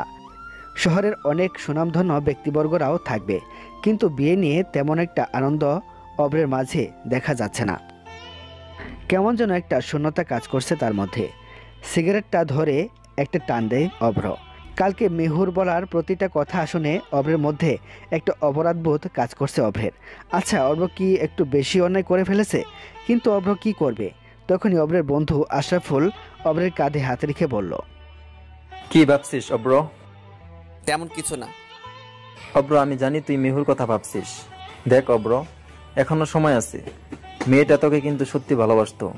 আমি জানি তুই মেহুর জন্য কিছু না কিছু ফিল করিস, তাই বলছি যা করবি ভেবেচিন্তে করবি। আশরাফুল কথাটি বলে বেরিয়ে গেল ঘর থেকে। অভ্র আবারও গম্ভীর ভাবনায় ডুব দিল। মেহবিনের খালা একজন ডক্টর আনিয়েছেন মেহবিনের জন্য। মেহবিন তার খালার দিকে তাকিয়ে বলল, উনি আবার কি করবেন? উনি তোর আবারও চেক আপ করবে। আবার কিসের চেক আপ করবে? মেহু, তুই আমাকে প্রশ্ন করছিস? এই তোর আমার প্রতি ভরসা? খানিকটা কাট গলায় কথাটি বলেন ইসরা বেগম। মিহু তার খালার হাত ধরে বলল, তোমার প্রতি তো সব থেকে বেশি ভরসা আছে খালা, তাই তো সবার আগে তোমার কাছে ছুটে এসেছি আমি। ইসরা বেগম মেহবিনের মাথায় হাত বুলিয়ে রুম থেকে বেরিয়ে যান। ইসরা বেগম চলে যেতেই ডক্টর মহিলাটি একটা ইঞ্জেকশন বের করে মেহুর দিকে এগিয়ে আসতে নিলেই ইসরা বেগম পিছন থেকে ডক্টরকে ডেকে বাইরের দিকে নিয়ে যায়। ডক্টর চলে যেতেই মেহবিন উঠে দাঁড়িয়ে ইঞ্জেকশন হাতে নিয়ে দেখে এটা অজ্ঞান হয়ে যাওয়ার ইঞ্জেকশন। ডক্টর তো তাকে শুধু চেক আপ করতে এসেছিল, তাহলে অজ্ঞান করতে চাইলো কেন? মেহবিন দরজার কাছে যেতেই শুনতে পায় মেহবিনের খালা এবং ডক্টরের কথোপকথন। ইসরা বেগম বললেন, সব হয়ে যাবে ডক্টর। আপনি কোনো চিন্তা করবেন না। মেহবিনকে ইঞ্জেকশন দিয়ে আমি অজ্ঞান করে হসপিটালে নিয়ে যাব, তারপর অ্যাবরেশন করে ফেলবো। বেশি দিন হয়নি মেহবিনের প্রেগনেন্সির, মাত্র 2 মাস চলছে। এই সময়ে সহজেই অ্যাবরেশন করিয়ে ফেলা যায়। আপনি আমাকে নিশ্চিন্ত করলেন। দেখুন না আমার ছেলেটা কি কাণ্ড করে বসলো। আজকে তার বিয়ে। আমি চাই না আমার ছেলের নতুন জীবনে মেহবিন কিংবা তার সন্তান কোনো প্রকার বাধা হয়ে দাঁড়াক। অভ্র এবং মায়েরা একে অপরকে ভালোবাসে। অভ্র তো মেহবিনকে ভালোবাসে না, তাহলে আমি কেন মেহবিনকে ঘরের বউয়ের মর্যাদা দেব? আজ অভ্রের বিয়ে, অথচ আজ যদি অভ্র এবং মেহবিনের কথা সমাজের মানুষ জানে, তাহলে তো আমাদের মান সম্মান নিয়েও টানাটানি পড়ে যাবে। আমার ছেলেকেও অসম্মানিত হতে হবে। মা হিসেবে আমি কি করে তা সহ্য করব? আমি জানি আমি অন্যায় করেছি, কিন্তু ছেলের জন্য এইটুকু স্বার্থপর আমাকে হতেই হবে। খালামণির কথা শুনে মেহবিনের চোখ থেকে টুপটুপ করে জল গড়িয়ে পড়ল। তার খালাও কিনা তার সাথে ছলনা করলো, যাকে সে মায়ের মতো ভালোবাসে। মেহবিন কিছু একটা ভেবে পেছনের দরজা দিয়ে বেরিয়ে গেল অভ্রের ঘরের উদ্দেশ্যে। এই সময় তার মাথায় চলছে শুধুমাত্র তার সন্তানকে বাঁচানোর প্রচেষ্টা। মেহবিনের এইটুকু বিশ্বাস আছে, অভ্র যদি তাদের সন্তানের কথা জানতে পারে তাহলে ঠিক অভ্র তাদের সন্তানকে কোনো প্রকার ক্ষতি হতে দিবে না। এই মুহূর্তে অভ্র পারে তাদের সন্তানকে বাঁচাতে। অভ্রের ভাবনার মাঝেই কেউ একজন অভ্রকে জড়িয়ে ধরে। অভ্র খানিকটা চমকে পেছনে ঘুরে দেখে মায়েরা দাঁড়িয়ে আছে, তাও বিয়ের পোশাকে। অভ্র বলে উঠল, তুমি এখানে কেন মায়েরা? আমি বউ সেজে আগে তোমাকে দেখতে চাই, তাই আমি আগে তোমার কাছে এসেছি, কিন্তু এসেই যা শুনলাম। আচ্ছা, আমার একটা প্রশ্নের উত্তর দেবে? কি প্রশ্ন বলো? তোমার মনে কি মেহবিনের জন্য কোনো ফিলিংস আছে? মেহবিন অভ্রের ঘরে এসে এমন কিছু শুনে যা শুনে মুহূর্তেই তার আশা ভরসা সবকিছু শেষ হয়ে যায়। মেহবিন আমার ব্যবহার করার বস্তু ছিল শুধুমাত্র। মেহবিনকে তো শুধু ব্যবহারই করা যায়, ভালোবাসা নয়। আমি শুধু তোমাকে ভালোবাসি আমার ডার্লিং। কথাটি বলেই অভ্র মায়রাকে জড়িয়ে ধরে। মেহবিন কিছুক্ষণ ঠায় দাঁড়িয়ে থাকে। অভ্রের কাছে অনেক আশা ভরসা নিয়ে সে এসেছিল, কিন্তু মুহূর্তেই তা ভেঙে চোরমার হয়ে গেল। আচ্ছা, মেহবিনকে কখনোই কি ভালোবাসা যায় না? সে কি শুধু ব্যবহারের একটা বস্তু? মায়েরা অভ্রকে আরেকটু টাইট করে জড়িয়ে ধরে বলল, আমি বাইরের থেকে স্পষ্ট শুনলাম আশফুল বলল তুমি নাকি মেহবিনের জন্য কিছু ফিল করো। এইসবের মানে কি? অভ্র মায়েরার গালে হাত রেখে বলল, মানেটা খুব সিম্পল। তোমাকে তো বললাম মায়েরা, আমি শুধু মেহবিনকে ব্যবহার করেছি ভালোবাসার অভিনয় করার জন্যে। মেহবিনের প্রতি আমার একটা অপরাধ বোধ জন্ম নিয়েছে, আর কিছুই না। কোনো টিলিংস আমার নেই। তুমি কিনা শেষমেশ মেহুর জন্যে জেলাস ফিল করছো? মেহু আদৌ আমার ভালোবাসার যোগ্য? অনাথ মেয়ে একটা, আমাদের বাড়িতে এক প্রকার আশ্রিতা হয়ে থাকে। মেহু একটু মডার্নও না, সারাদিন কী সব সাধারণ জামা কাপড় পরে থাকে। এইরকম আশ্রিতা বেহেনজি টাইপ মেয়েকে কে ভালোবাসবে বলো? এই অব্র আহমেদের রুচিটা এতটাও খারাপ হয়ে যায়নি? অভ্রের কথা শুনে মায়েরা যেন নিশ্চিন্ত হলো। মেহবিন আর বাইরে দাঁড়িয়ে থাকতে পারল না। সে ভেতরে গিয়ে বলল, তুমি আগে নিজেকে নিজে প্রশ্ন করো, তুমি কি নিজে আমার যোগ্য মিস্টার অফর আহমেদ? মেহবিনকে এই সময় দেখে অভ্র মায়েরার থেকে দূরে সরে গিয়ে বলল। তুই এই সময় কি করছিস? মেহবিন মুচকি হেসে বলল, আসলে প্রাইভেট টাইমে চলে আসার জন্য সরি, এসেছিলাম একটা নিউজ দিতে, কিন্তু এখন তোমাকে কিছু দিব না। অভ্র সরু চোখে তাকিয়ে বলল। কীরকম নিউজ? মেহবিন হাত ভাঁজ করে বলল, সেই খবর পাওয়ার কোনো রকম অধিকার কিংবা যোগ্যতা তোমার নেই মিস্টার অবর আহমেদ। আর একটু আগে কি বললে? আমি তোমার অযোগ্য বেহেনজি টাইপ। কিন্তু এই বেহেনজি টাইপ মেয়েকেই কিন্তু একদিন এই বুকেই জড়িয়ে রেখেছিলে, যেভাবে আজ তুমি মায়রাকে জড়িয়ে ধরেছিলে। তখন তোমার স্ট্যাটাসটা কোথায় ছিল? ব্যবহার করার জন্য যখন তুমি অনাথ আশ্রিতা মেয়েটাকে বিয়ে করেছিলে, তখন তোমার সেই সো কল্ড স্ট্যাটাস কোথায় ছিল? অভ্র রাগে মুষ্টি বদ্ধ করে ফেলে। মেহবিনের বড্ড বেশি সাহস হয়ে গেছে। অভ্র আহমেদকে এই মেয়ে কথা শোনাচ্ছে আজকাল। দেখো মেহবিন, তুমি কিন্তু। মায়েরার কথার মাঝে মেহবিন তাকে থামিয়ে দিয়ে বলে, এই অবর আহমেদ যাকে তুমি অনেক ভালোবাসো, দেখবে একদিন সেই অবর আহমেদই তোমাকে ছুঁড়ে ফেলে দেবে। আসল কথা কি জানো? এই অবর আহমেদ শুধু আমার ভালোবাসাই নয়, বরং এই অবর আহমেদ কারো ভালোবাসা ডিজার্ভ করে না। কথাটি শোনা মাত্র অভ্র মেহুর দিকে এগিয়ে এসে বলে, আর কিছু? তোর লেকচার শেষ? লেকচার কি দেখেছো তুমি? আমি যদি লেকচার শুরু করি তাহলে তো দিন পেরিয়ে রাত হয়ে যাবে, লেকচারই শেষ হবে না। মায়েরা আর না পেরে বলল, মেয়ে তুমি থাকবে? মেহবিন আনমনে হেসে বলে, এক সেকেন্ড ওয়েট করো, আমি আসছি। কথাটি বলে উপরে সিঁড়ি বেয়ে নিজের ঘরের দিকে যায় মেহবিন। মেহবিন ঘরে গিয়ে একটি খাম বের করে খুলে দেখে তাতে অভ্রের দেওয়া ডিভোর্স পেপারটা। চোখ থেকে আবারও দুফোঁটা চোখের জল বেরিয়ে গেল। ডিভোর্স পেপারটা দেখলেই শুধু কান্না পায় তার। এই কান্না যে বড্ড কষ্টের কান্না। মেহবিন নিজেকে শক্ত করলো। নিজের সন্তানের জন্য হলেও তাকে শক্ত হতে হবে। তার মনে শুধু একটাই চিন্তা, তার সন্তানকে একটি সুন্দর উজ্জ্বল ভবিষ্যৎ দেওয়া। তার জন্য মেহবিন অভ্র নামক মানুষটিকেও নিজের মন থেকে দূরে সরিয়ে দিবে, অনেক দূরে। মেহবিন জানে এই বাড়িতে থাকলে খালা কিংবা অভ্র কেউ তার সন্তানকে বাঁচতে দিবে না। তাই অনেকটা কঠোরতার সাথেই মেহবিন একটি কঠিন সিদ্ধান্ত নিল। আজ অভ্রের বিয়ের দিনই সে অভ্রকে ডিভোর্স দিয়ে অনেক দূরে চলে যাবে। মেহবিন নামক রমণী আবারও কেঁদে ওঠে, কিন্তু নিজেকে সামলিয়ে নেয়। বড় বড় পা ফেলে অভ্রের ঘরের দিকে যায়। অভ্র এবং মায়রা এখনো ঘরে দাঁড়িয়ে আছে। মেহবিন ঘরে ঢুকে টেবিলের উপর ডিভোর্স পেপারটা রাখে, তারপর কলম বের করে নেয়। মেহবিন এই মুহূর্তে ঠিক কী করতে চাইছে তা মায়রা এবং অভ্র উভয়ের কাছেই স্পষ্ট। মায়রা তো অনেক খুশি। অভ্র নির্বিকারভাবে তাকিয়ে আছে মেহবিন নামক রমণীর দিকে। মুখশ্রীতে আজ অঢেল মায়া যেন উপসে পড়ছে, অন্যরকম মায়া, যা এতদিন অভ্রের নজরে না আসলেও আজকে ঠিকই এসেছে।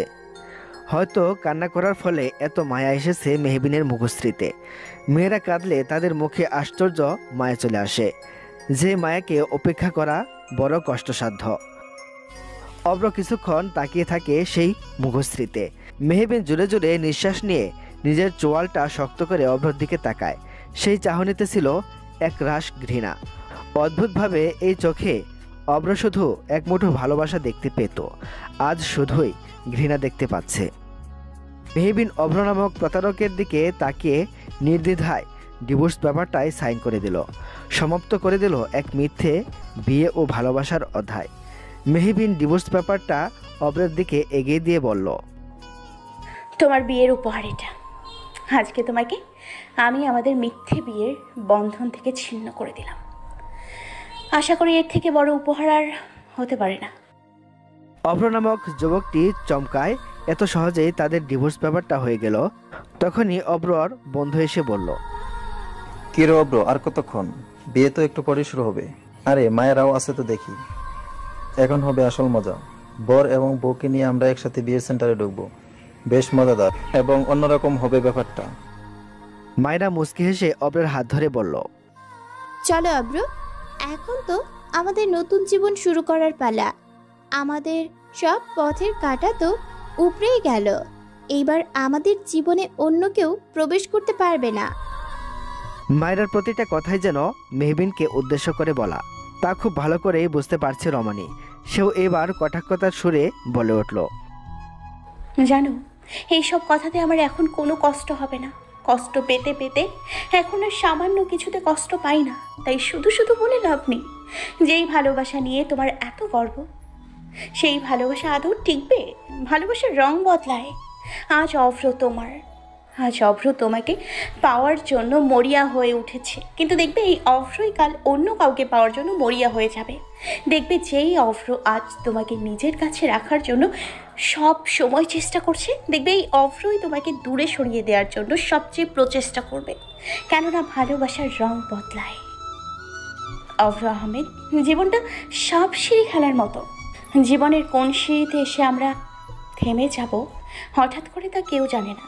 আজ যেই ভালোবাসাকে পুঁজি করে তুমি আমাকে ঠকিয়েছো, একদিন সেই ভালোবাসাকে পাওয়ার জন্য তুমি তীব্রভাবে ছটফট করবে।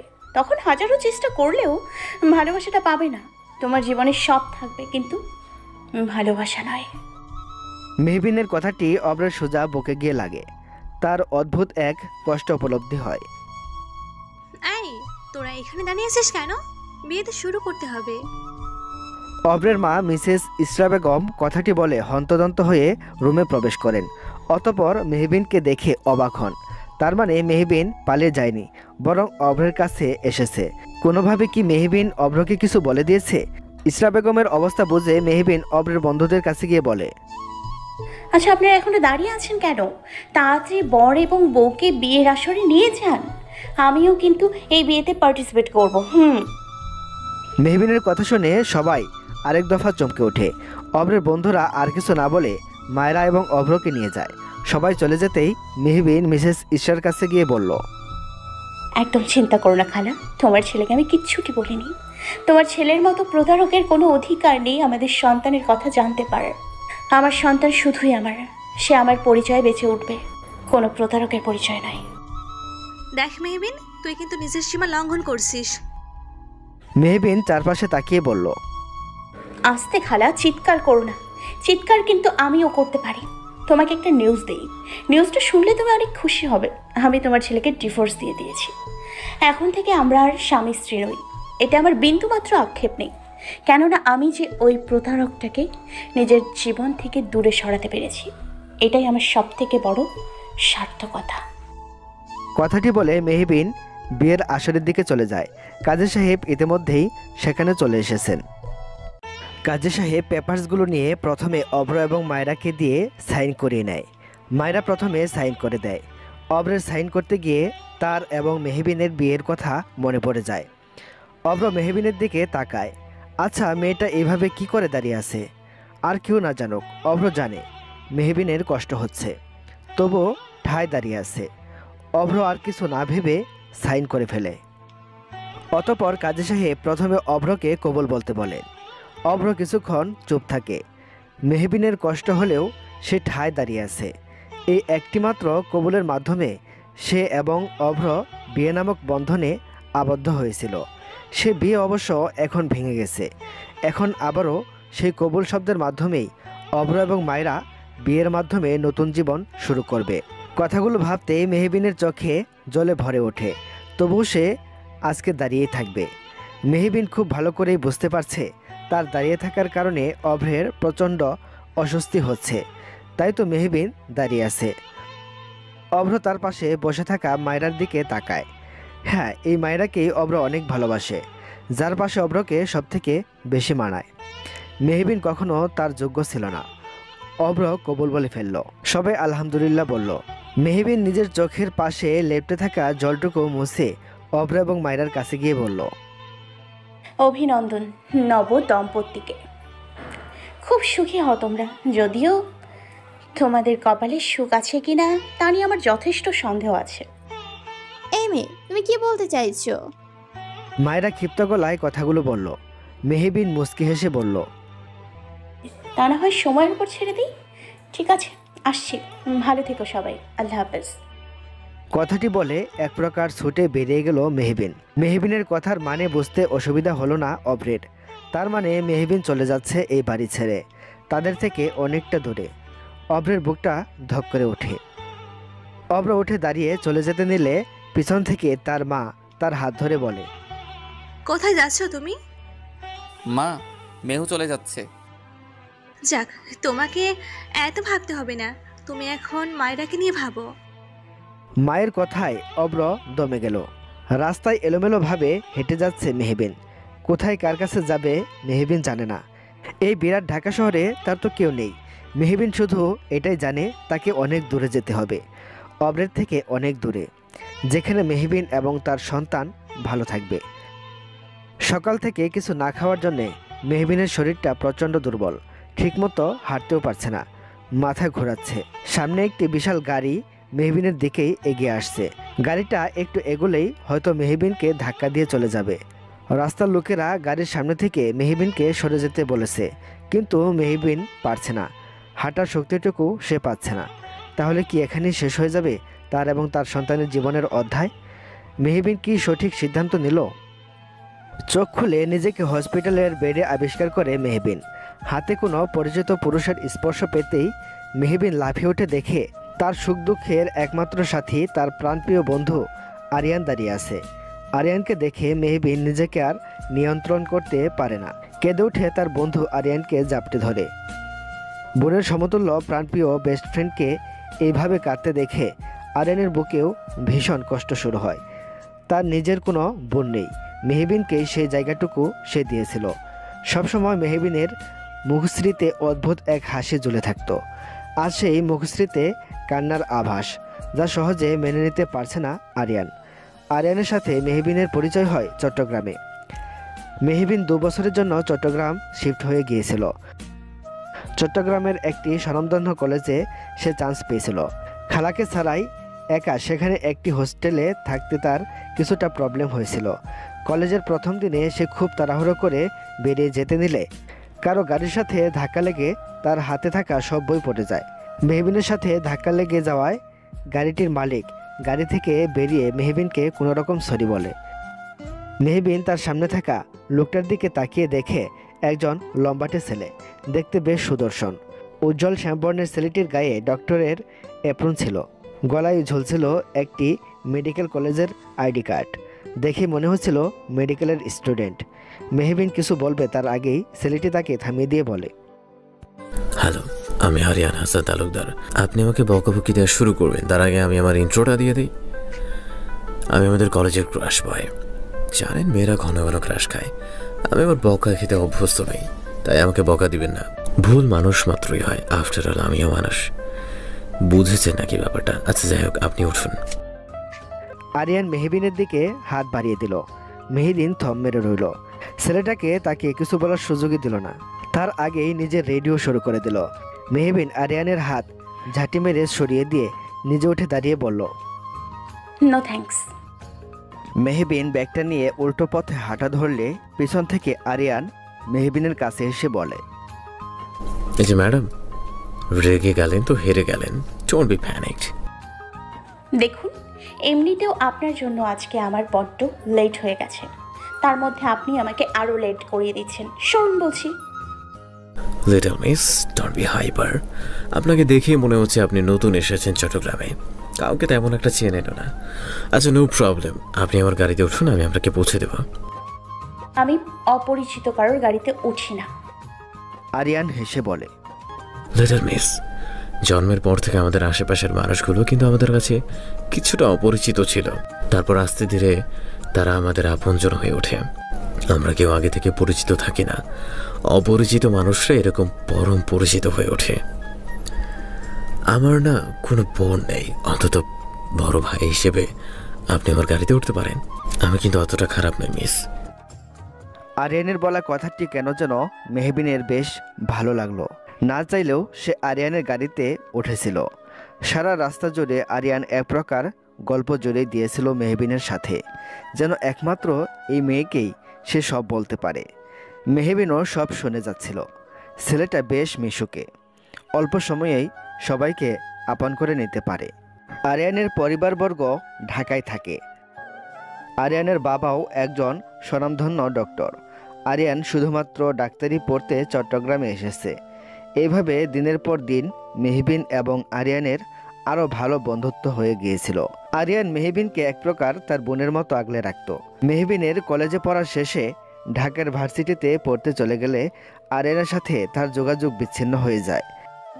আজ আবারও প্রায় 1 বছর পর আরিয়ানের সাথে তার দেখা হয়।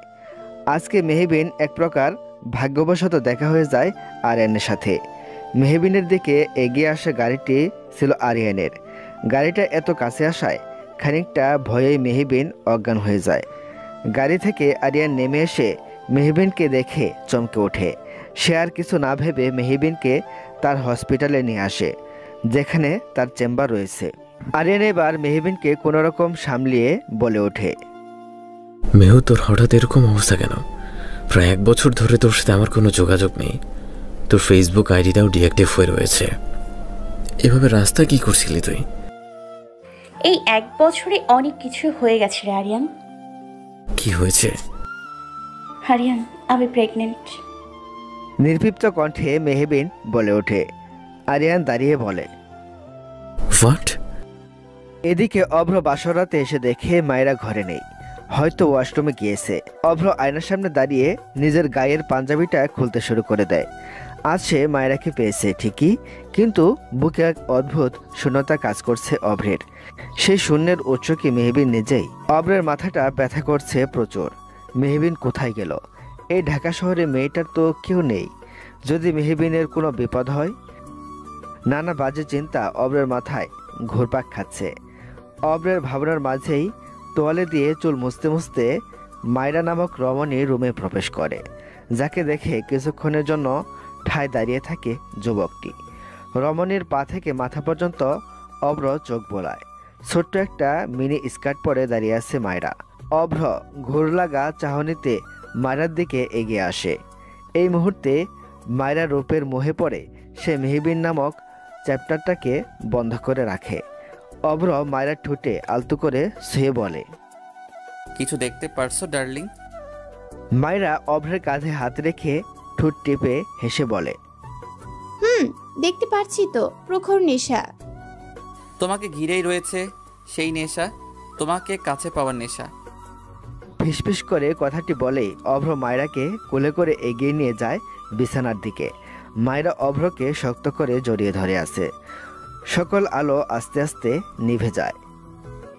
মেহবিন সবকিছুই খুলে বলেছে, কি করে সে ভালোবাসার নামে প্রতারিত হয়েছে, কিভাবে মায়ের মতো খালাকে হুট করেই পলকের মধ্যে বদলে যেতে দেখেছে।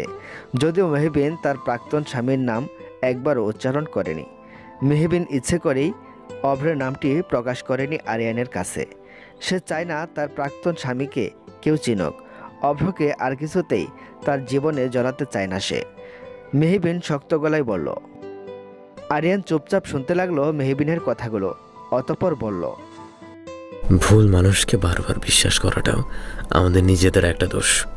তুই ভালোবাসার ক্ষেত্রে ভুল মানুষকে বেছে নিয়েছিলি, এমনকি সাহায্য পাওয়ার আশায় ভুল মানুষের কাছেই সাহায্য চেয়েছিলি। আচ্ছা, সেসব বাদ দিই, চল এবার তুই আমার সাথে চল। কোথায়? কোথায় আবার? আমার বাসায়। আমি এখন আবার ঢাকায় শিফট হয়েছি, তুই এখন আমার বাসায় যাবি। দেখ আরিয়ান, আমি তোর বাসায় গিয়ে তোর ঝামেলা বাড়াতে চাই না। আমি ঠিক কোথাও চলে যাব, তুই চিন্তা করিস না। কথাটি বলে মেহবিন উঠতে নিলে আরিয়ান ক্ষিপ্ত গলায় বলল, একটা থাপ্পড় খাবি তুই? নিজের অবস্থা দেখেছিস? তোর প্রেশার একেবারে এলো। আমি জানি ঢাকায় তোর তেমন কেউ নেই, তার মধ্যে তুই এখন একানুস। তোর গর্ভে একজন সন্তান বেড়ে উঠছে, তার খেয়াল রাখতে হবে। একজন ডক্টর হিসেবে আমি কিছুতেই তা হতে দিতে পারি না। কিন্তু কোনো কিন্তু না। দেখ মিহু, আমি তোকে সবসময় আমার নিজের বোনের জায়গাটুকু দিয়েছি। আমাকে একটু বিশ্বাস করে দেখ, আমি অন্তত তোকে ঠকাবো না। একটি যুবক বিশাল ঘরের এক কোণে বসে আছে। তার মাথায় নানা চিন্তা ঘুরছে। হুট করে ছেলেটি একটি পেন্সিল ও আর্ট পেপার নিয়ে বসে পড়ল। তারপর ছেলেটি খুব নিখুঁতভাবে তার প্রিয়সীর ছবিটা আর্ট করে ফেলল। তারপর গিটারটা হাতে নিয়ে ছবিটির দিকে তাকিয়ে গান গাইতে লাগলো। ছেলেটির গানের মধ্যে অদ্ভুত ভালোবাসা ছিল তার প্রিয়সীর জন্য। হ্যাঁ, তার ভালোবাসাটা অদ্ভুতই বটে। হঠাৎ গানটি থামিয়ে দিয়ে নিজের আঁকা ছবিটাতে হাত বুলিয়ে বলল, হাজারো জনের ভিড়েও তোমাকে আমি ঠিক খুঁজে বের করব। তোমাকে জীবনের শেষ নিঃশ্বাস পর্যন্ত খুঁজে বেড়াবো। তোমাকে যে অনেক কিছু বলার আছে প্রেয়সী, ভালোবাসি।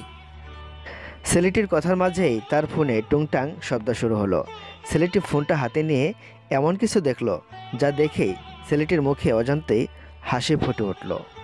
বিশাল বড় দোতলা বিশিষ্ট ডুপ্লেক্স বাড়ির সামনে আরিয়ান তার গাড়িটি রাখে। গাড়ি থেকে প্রথমে আরিয়ান, তারপর মেহবিন নামে। বাড়ির সামনে বড় বড় করে লেখা তালুকদার বাড়ি। আরিয়ানের জেদের সাথে এক প্রকার না পেরেই মেহবিন আসতে বাধ্য হয়েছে। যদিও মেহবিন ঠিক করেছে সকাল হলেই সে চলে যাবে। বাড়ির ভেতরে ঢুকতে আরিয়ানের বাড়ির পুরনো কাজের মহিলা রাহিলা হন্তদন্ত হয়ে প্রবেশ করে বলে, আরিয়ান ভাইজান আসেন, এখানে তো মেলা কাণ্ড করছে। আম্মাজেন আবারও ওই ডাইনি রিনারে লইয়া ওই দিকের মাঝারের পীরের কাছে গেছে পানি পড়া আনতে। বড় ভাইজানের নাকি ওইসব পানি পড়া দিয়া দেশে ফিরাইয়া আনবো। আরিয়ানের মাথায় হাত। তার মায়ের এসব নিত্য নতুন কাহিনী সে আর নিতে পারছে না। মেহবিনের মাথার উপর দিয়ে সব যাচ্ছে, যা ভালো করে টের পাচ্ছে আরিয়ান। আরিয়ান আবারও দরজা দিয়ে বেরিয়ে যায় তার মায়ের উদ্দেশ্যে। মেহবিনের কাছে অল্প অল্প স্পষ্ট হলেও কিছু কিছু বিষয় তার মাথার উপর দিয়ে যাচ্ছে। থাক, আরিয়ান ফিরলে না হয় জেনে নেবে। মেহবিন ড্রয়িং রুমে প্রবেশ করতেই তার চোখ পড়ে যায় ছবির বিশাল ফ্রেমে থাকা এক যুবকের দিকে। ফর্মাল ড্রেসে দাঁড়িয়ে আছে, ঠোঁটে হাসি ঝুলিয়ে, যাকে বলে আলতো হাসি। আরিয়ানের মতোই বেশ লম্বাটে ছেলে। দেখেই বোঝা যাচ্ছে ছেলেটি তার ফিটনেস নিয়ে যথেষ্ট সচেতন। হলুদ ফর্সা গরনের মুখে হালকা চাপদারি বিরাজমান। প্রখর দৃষ্টিতে তাকিয়ে আছে আনমনে কারো দিকে। সেই দৃষ্টিতে ছিল অত্যন্ত মুগ্ধকর। কারো চাহনিতে বুঝি এতটা মুগ্ধতা থাকে জানে না মেহবিন। কিন্তু যুবকটি কার দিকে এত মুগ্ধ চাহনিতে তাকিয়ে আছে, মনে এক প্রকার প্রশ্ন জাগলো মেহবিনের। মেহবিনকে এইভাবে তাকিয়ে থাকতে দেখে রাহেলা বেগম এসে বললেন, আফা, আপনি এত কি দেখতেছেন? ছবিতে আঁকা ছেলেটিকে। ও, উনি হইল আমাগো বড় ভাইজান, যারি লইয়া এত কাণ্ড। এই বাড়ির বড় ছেলে আরহাম হাসান তালুকদার। মেহবিন আনমনেই বলল, আরহাম হাসান তালুকদার? আরহামের ঘরে বর্তমানে তার স্ত্রীর পরিচয়ে দাঁড়িয়ে আছে মেহবিন, যাকে সে এখনও চেনেই না। এখন পর্যন্ত যাকে নিজ চোখে দেখার সাধ্য হয়নি, তারই ঘরে তার বউয়ের পরিচয়ে দাঁড়িয়ে থাকাটা অত্যন্ত অস্বস্তির বিষয় বলে মনে হচ্ছে মেহবিনের। মেহবিন রক্তচক্ষু দিয়ে তাকিয়ে আছে আরিয়ানের দিকে। আরিয়ানের তো যায় যায় অবস্থা। কিছুক্ষণ আগে মেহবিন আরহামের ছবির দিকে তাকিয়েছিল, তখনই সেখানে আরিয়ান সহ আরিয়ানের মা এবং রিয়া উপস্থিত হয়। অপরিচিত মেয়েকে দেখে আরিয়ানের মা মেহবিনের দিকে প্রশ্ন ছুড়ে বললেন, মা, কে তুমি? রাহেলা বেগম এগিয়ে এসে বললেন, খালা, এই হাফাটা তো ছোট ভাইজানের লেগা আসছে। আরিয়ানের মা এবার আরিয়ানের দিকে তাকিয়ে বলল, আরিয়ান, তোমার সাথে এই মেয়েটা কি? আরিয়ান পড়েছে বিপাকে। ঢাকা শহরে মেহবিনের কেউ নেই। মেহবিনকে এ অবস্থায় ভালোভাবে খেয়াল করতে হবে। এই বাড়িতেই মেহবিনকে পার্মানেন্ট রাখার জন্য কিছু একটা বলতে হবে। আরিয়ানের মাথায় একটা জিনিসই চলছে, মেহবিনকে যে করেই হোক এই বাড়িতেই রাখতে হবে। তাছাড়া একটা পরিচয় না থাকলে, শুধুমাত্র বেস্ট ফ্রেন্ডের পরিচয় তো মেহবিন এই বাড়িতে থাকতে পারবে না। অন্য একটা পরিচয় দিতে হবে মেহবিনের। ভাবতে ভাবতে আরিয়ানের মাথায় একটা বুদ্ধি চলে এলো। তার ভাই এই মুহূর্তে দেশে নেই, এটাই সুযোগ। আরিয়ান অনেকক্ষণ পরে মুখ খুলে বলল। আরিয়ান বলল, মা, তোমার বাড়ির বোমাকে আমি নিয়ে এসেছি, এখন তুমি যা করার করো। আরিয়ানের এরকম বিস্ফোরক মন্তব্যে সবাই কিছুক্ষণ স্থির হয়ে যায়। আরিয়ানের মা বলে উঠলেন, বৌমা মানে? আরিয়ান, তুই এই মেয়েটাকে বিয়ে করেছিস? আরিয়ান দ্রুত পায়ে তার মায়ের কাছে এগিয়ে এসে বলল, মা, তুমিও না? আমি কেন বিয়ে করতে যাব? তোমার কি শুধু একটাই ছেলে? তোমার বড় ছেলে মেহবিন ভাবিকে বিয়ে করে বিদেশ চলে গেছে, তা আবার লুকিয়ে। যদিও আমি হালকা জানতাম তোমার ছেলে এবং মেহবিনের তো অনেক দিনের রিলেশন। মেহবিনকে বিয়ে করে সে লুকিয়ে রাখে বিষয়টা, যাতে আস্তে ধীরে সবাইকে পরে বলতে পারে। কিন্তু তার আগেই তো তুমি রিনার সাথে ভাইয়ার বিয়ে দেওয়ার জন্য উঠে পড়ে লেগেছো। তাই তোমার ছেলে প্রজেক্টের বাহানা দিয়ে বিদেশ পালিয়েছে। এইসব প্রজেক্ট শুধু বাহানা। আরিয়ানের কথা শুনে রিয়া সেখানেই বসে কান্না জুড়ে দিল। তার ভাষ্যমতে আরহাম তার সাথে বিশ্বাসঘাতকতা করেছে, তাকে বিয়ে না করে অন্য একটা মেয়েকে বিয়ে করেছে। মেহবিনের মাথার উপর দিয়ে যেন সব গেল, মাথাটা আবারও চক্কর দিয়ে উঠেছে তার। আরিয়ান বুঝতে পারছে মেহবিন কিছু বলার আগেই তাকে থামাতে হবে, না হলে তার বলার আগেই মেহবিন তার মুখ খুলে ফেলবে। আরিয়ান আবারও বলল, তুমি জানতে পারলে খুশি হবে, ভাবি এবং ভাইয়ের জীবনে ছোট্ট একজন সদস্য আসছে। আরিয়ানের মা বড় বড় চোখ করে বলল, বৌমা পর্যন্ত ঠিক ছিল, আমার ছেলে এতটা ফার্স্ট যে ঘরে নাতনিও আসবে? কি বলছিস রে? আমার তো মাথা ঘুরাচ্ছে। আরহামের বাচ্চা হবে শুনে রিয়া আরও জোরে জোরে ভেবে করে কান্না শুরু করে দিল। আরিয়ান আবারও বলে উঠল, তোমাকে আর কি বলবো মা, ভাবি ঢাকা শহরে তেমন কেউ নেই। ভাবি এখানকার একটা ভার্সিটিতে পড়ে এবং সেখানকার একটা হোস্টেলে থাকে। ভাবি প্রেগনেন্ট শুনে আমি এই বাড়িতে নিয়ে আসি। ভাবি অবস্থায় কোথায় যাবে বলো? তার মধ্যে ভাবির সাথে ভাইয়া কোনো কারণে যোগাযোগ বিচ্ছিন্ন হয়ে গেছে। আরিয়ানের মা মেহবিনের কাছে এসে মেহবিনের মায়ের মাথায় হাত বুলিয়ে বলল, আরিয়ান একদম ঠিক করেছে মা, আমার ছেলেটা এতটা বাজে আমি জানতাম না। একবার দেশে ফিরো, তারপর দেখাবো মজা। আমাদের ঘরে নাতি নাতনি আসছে, এখন তো বৌমাকে যত্ন করতে হবে, তাই না? আমার ছেলে তো এমন কাণ্ড করে বসে আছে, তোমায় ঠিক মতো বর্ণনা করতে পারলাম না। আচ্ছা, আপাতত তুমি না হয় আরহামের ঘরে যাও। আরিয়ান, তুই বৌমাকে আরহানের ঘরে নিয়ে যা। আরিয়ানের মা মিসেস নিশাত বেশ সরল সোজা মানুষ, তেমন একটা ব্যস্তার মধ্যে নেই। ছেলের বলা ইনে বিনে মিথ্যে কথাও তিনি বিশ্বাস করে ফেললেন। তার ভাষ্যমতে তার ছেলে তো অন্তত তাকে মিথ্যে বলবে না। মেহবিন কিছু বলবে তার আগেই আরিয়ান তার হাত ধরে উপরের ঘরের দিকে নিয়ে যেতে থাকে। রাহেলা বেগম অন্য চিন্তায় মগ্ন হয়। মাইয়াটা বড় ভাই জানে বউ হলে বড় ভাইয়া জানে ছবি দেখা চিন্তা ছিল না কেন? রাহেলা বেগম তার মনের প্রশ্ন মনে রেখে দেয়। আজকাল বড়লোকদের বিশাল বিশাল কারবার। বর্তমানে আরিয়ান শুকনো ঢুক গেলে বলল, দেখো বোন, এইভাবে তাকিয়ে থাকিস না, আমার ভয় লাগে। বেশি ভয় লাগলে আমি মরে যেতে পারি, তারপর তুই দেবর ছাড়া হয়ে যাবি। মেহবিন উঠে দাঁড়িয়ে আরিয়ানের পিঠে কিল ঘষে দিতে থাকে। আরিয়ান ব্যথায় মৃদু চিৎকার করে বলে, পারছিস কেন? মেরে ফেলবি নাকি? তোকে মেরে ফেলাই উচিত। তুই নিচে সব কি বললি? যাকে আমি কখনো দেখিনি আমাকে তার বউ বানিয়ে ফেলি? তোর কি মাথা আদৌ ঠিক আছে? আরিয়ান মেহবিনের হাত ধরে খাটে বসে বলে, আগে তুই শান্ত হ আমার বাপ, প্লিজ। দেখ, ভাই এখন দেশে নাই, ভাই কমপক্ষে 1 মাস তো আগে তো দেশে ফিরছে না। তাই ভাইয়ার বউয়ের পরিচয় তুই ততদিন এই বাড়িতে থাক। এ কয়দিনে না হয় তুই ইউনিভার্সিটির পাশে ছোট্ট একটা জবও নিয়ে নিলি, তারপর নিজের পায়ে দাঁড়িয়ে তুই না হয় চলে যাস। দেখ বোন, এখন তোর এই বাড়িতে থাকা অনেকটা জরুরি। তুই এখন একা না, তোর গর্ভের সন্তানও রয়েছে, তার নিরাপত্তারও তো একটা ব্যাপার আছে, তাই না? তাই বলে এইভাবে মিথ্যার আশ্রয় নেওয়াটা কি ঠিক হচ্ছে? তার মধ্যে তুই নিচে বললি আমি নাকি তোর ভাইয়ের সন্তানের মা হতে চলেছি। তোর ভাই জানতে পারলে কি হবে? কিচ্ছু হবে না, ভাই জানতেও পারবে না। মাকে আমি নিচে ভালোভাবে বুঝিয়ে দিয়ে এসেছি, জানো ভাই আসার আগে এই বিষয় ভাইকে যেন কিচ্ছু না বলে। ততদিনে তুই একটা জব পেয়ে সেটেল হয়ে যাবি। সব থেকে বড় কথা, এতে ভাই আরও লাভ। রিয়া হলো মায়ের বান্ধবীর মেয়ে, মেয়েটা একদমই ভালো না। মেয়েটার অনেকগুলো ছেলের সাথে রিলেশন।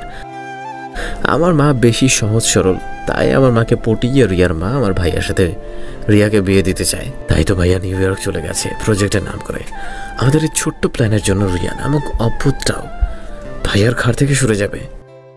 মেহবিন আরিয়ানের কথার প্রেক্ষিতে বলল, এইভাবে সরল মানুষটাকে ঠকানো কি ঠিক হবে? দেখ আরিয়ান, আমি তো জানি একটা মানুষের ফিলিংস নিয়ে খেললে সে কতটা কষ্ট পায়। আরিয়ান দীর্ঘ শ্বাস ফেলে বলল, আর মেহু, আমরা কোনো অন্যায় করছি না। যা করছি তোর গর্ভে থাকা ছোট্ট শিশুটার জন্য, যার কোনো দোষ নেই। কয়েকটা দিনেরই তো ব্যাপার। আমি মাকে আস্তে ধীরে সব জানিয়ে দিব, সব। অবশেষে অনেকবার বোঝানোর পরে মেহবিন থাকতে রাজি হলো। যদিও মেহবিনের অনেকটাই অপরাধবোধ কাজ করছে, কিন্তু এটা ছাড়া তো আর কোনো উপায়ও নেই। মায়েরা ঘুম থেকে উঠে দেখে অব্র আয়নার সামনে দাঁড়িয়ে রেডি হচ্ছে। আজ অব্রকে খুব তাড়াতাড়ি বেরোতে হবে, অফিসে খুব জরুরি মিটিং আছে। মায়েরাকে ঘুম থেকে উঠতে দেখে অব্র মিষ্টি হেসে বলল, গুড মর্নিং ডার্লিং, অনেক তো ঘুমালি, এবার একটু রান্নাঘরে গিয়ে আমার জন্য কফি নিয়ে এসো। কফি ছাড়া তো অফিসে যেতেই পারি না।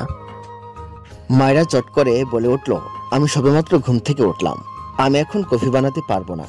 আর তুমি আমাকে রান্নাঘরে যেতে বলছো? আমি কখনো রান্নাঘরে আশেপাশেও যাইনি। তুমি বাড়ির কাজের লোকদেরকে বলো, সে তোমাকে কফি করে দিবে। আমি এখন বাড়ির কাছের লোকের হাতে কফি খাবো? তখন মায়েরা বলল, আমি তো অন্তত পারবো না, দরকার পড়লে তোমার মাকে বলো। কথাটি বলে মায়েরা আবারও ঘুমিয়ে গেল। অজ্ঞাত অব্র আর কথা বাড়ালো না, ঘর থেকে বেরিয়ে ডাইনিং টেবিলে বসে পড়ল। অতঃপর কাজের লোক এসে তাকে কফি দিয়ে চলে গেল। অব্র কফিটা মুখে দিয়েই রেখে দিল। এইসব কোনো কফি হলো? কফি তো মেহবিন বানাতে পারতো। আহা, একবার খেলে শুধু খেতেই ইচ্ছা করতো। সকাল হলে মেয়েটি অভ্রের রুমে গিয়ে অভ্রকে প্রতিদিন কফি দিয়ে আসতো নিয়ম করে। কফিতে এক প্রকার আলাদা মিষ্টতা ছিল। হয়তো সেই কফিতে মেহবিনের ভালোবাসা ছিল অভ্রের জন্যে। অভ্র যখন কফি খেয়ে মেহবিনের প্রশংসা করত, তখন মেয়েটাও কি লজ্জা পেত। মেয়েটাকে লজ্জা পেলে বড্ড সুন্দর দেখাতো। কিন্তু আজ বাড়ির এক কোণাতেও সেই লজ্জাবতী মেয়েটি নেই, তার হাতের বানানো কফিটাও নেই। অব্র আর ভাবতে পারছে না কিছু। সে কফিটা রেখে না খেয়েই অফিসের উদ্দেশ্যে রওনা দিল। নিউ ইয়র্কের একটি বড় বিল্ডিংয়ে দৌড়ে যাচ্ছে তাহসান। আজকে ক্লায়েন্টের সাথে খুবই জরুরি প্রজেক্ট নিয়ে তাদের কোম্পানির মিটিং আছে। মিটিং রুমে পৌঁছে তাহসান শান্তি পেল। আরহাম মিটিংটা অলরেডি শুরু করে দিয়েছে। আরহাম মিটিং শুরু করেছে মানে প্রজেক্টটা সে পেয়ে যাবেই। আরহাম বেশ সময়নিষ্ঠ, সময়ের মধ্যেই সে সব কাজ করতে পছন্দ করে। আরহাম এসআই কোম্পানির একজন আর্কিটেকচার। এসআই কোম্পানির মূল শাখা নিউ ইয়র্কে। আরহাম তাদের দেশের পুরনো সব বাড়ির ডিজাইন নিয়ে ইন্ডিয়ার ক্লায়েন্টের সাথে মিটিং করছে। আরহামের দেওয়া প্রতিটা প্রেজেন্টেশন এবং তার বাচনভঙ্গিগুলো মেয়ে ক্লায়েন্ট সহ সকলের কাছেই বেশ ভালো লাগে। আরহাম তার বক্তব্য শেষ করলে সকলে একসাথে হাততালি দিয়ে উঠে দাঁড়ায়। আরহামের করা প্রজেক্টটি সাকসেসফুল হয়েছে। তাহসানও হাততালি দেয়। অতঃপর একজন ইন্ডিয়ান বাঙালি ক্লায়েন্ট উঠে দাঁড়িয়ে আরহামের সাথে হাত মিলিয়ে বলল, আমি আপনার আজকের প্রেজেন্টেশনে যথেষ্ট মুগ্ধ মিস্টার আরমান হাসান তালুকদার। এই ডিলটা আমি আপনাদের কোম্পানিকে দিতে চাই। বলতে হবে, এই কোম্পানিকে এগিয়ে নিয়ে যাওয়ার জন্য আপনার অনেক অবদান আছে। তখনই আরহামের বস বলে উঠলেন, তার বলতে আরহামের মতো একজন দায়িত্ববান আর্কিটেকচারকে পেয়ে আমাদের কোম্পানি যথেষ্ট গর্বিত।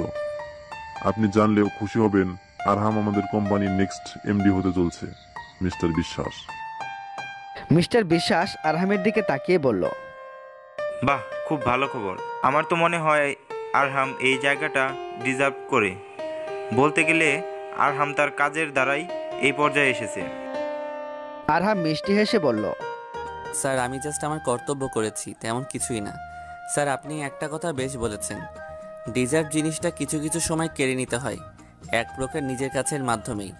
আমিও এইটাই বিশ্বাস করি। কাজ না করলে লাইফে সাকসেস জিনিসটা আসবে না। আচ্ছা, আমি একটু আসছি। Yeah sure. কথাটি বলে আরহাম তাহসানের দিকে এগিয়ে গেল। তোকে যা বলেছিলাম করেছিস? একদম। কাল তোর বাংলাদেশে যাওয়ার ফ্লাইট বুক করে ফেলেছি। আজকে রাতেই তোর ফ্লাইট, আজকে গেলেই কাল রাতেই পৌঁছে যাবি। কিন্তু আরহাম, তুই তো এখানে 1 মাসের জন্য এসেছিলি, কালকে হঠাৎ বাংলাদেশে যাবি কেন? আমার মনে হচ্ছে এর পিছনে কোনো উদ্দেশ্য আছে। আফটার অল আরহাম হাসান তালুকদার কোনো উদ্দেশ্য ছাড়া কাজ করে না। তুই আমার সেই কলেজের ফ্রেন্ড, তোকে খুব ভালো করে চিনি আমি। উদ্দেশ্য তো আছেই। কি উদ্দেশ্য? পরশু আমার কোম্পানিতে এমডি হিসেবে জয়েন, তাই আমাকে কালকের মধ্যে বিডিতে যেতে হবে, বুঝলি? এমনিতেও আমার লেট হয়ে যাচ্ছে, অনেক প্যাকিং বাকি। আই হ্যাভ টু গো নাও। আরহাম পকেটে হাত ঢুকিয়ে দ্রুত পায়ে বেরিয়ে যায়। তাহসান পড়ে যায় চিন্তায়। আরহামের মাথায় কিছু তো চলছে। অভ্রা ও মায়রার ডান্সের সময় বিভিন্ন ঘনিষ্ঠ মুহূর্তের ছবি মেহবিনের ফোনে জ্বলজ্বল করছে।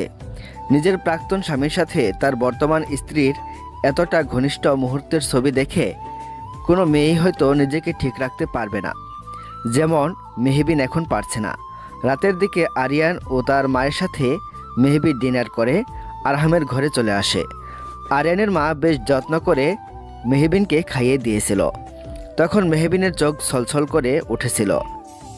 আরিয়ানের মায়ের হাতে খেয়ে কেন যেন মেহবিনের মনে হচ্ছিল উনি পারবেন মেহবিনের মায়ের অভাব পূরণ করতে। ভদ্র মহিলাটি সত্যি অসাধারণ। কেমন একদিনেই মেহবিনকে আপন করে নিয়েছে। সারাদিন শুধু বৌমা একটু খাও, বৌমা আস্তে ধীরে চলাফেরা করো, মেহবিনের বেশ ভালো লাগছিল। মেহবিন জানে এই ছোট্ট নাটকটা শুধুমাত্র কয়েকদিনের, কিন্তু তবুও কেন যেন আরিয়ানের মায়ের বলা বৌমা ডাকটা তার খুব ভালো লাগে। যেহেতু মেহবিন এই বাড়িতে আরহামের বউয়ের পরিচয় আছে, তাই তাকে এক প্রকার বাধ্য হয়ে আরহাম নামক অচেনা যুবকের ঘরে থাকতে হবে।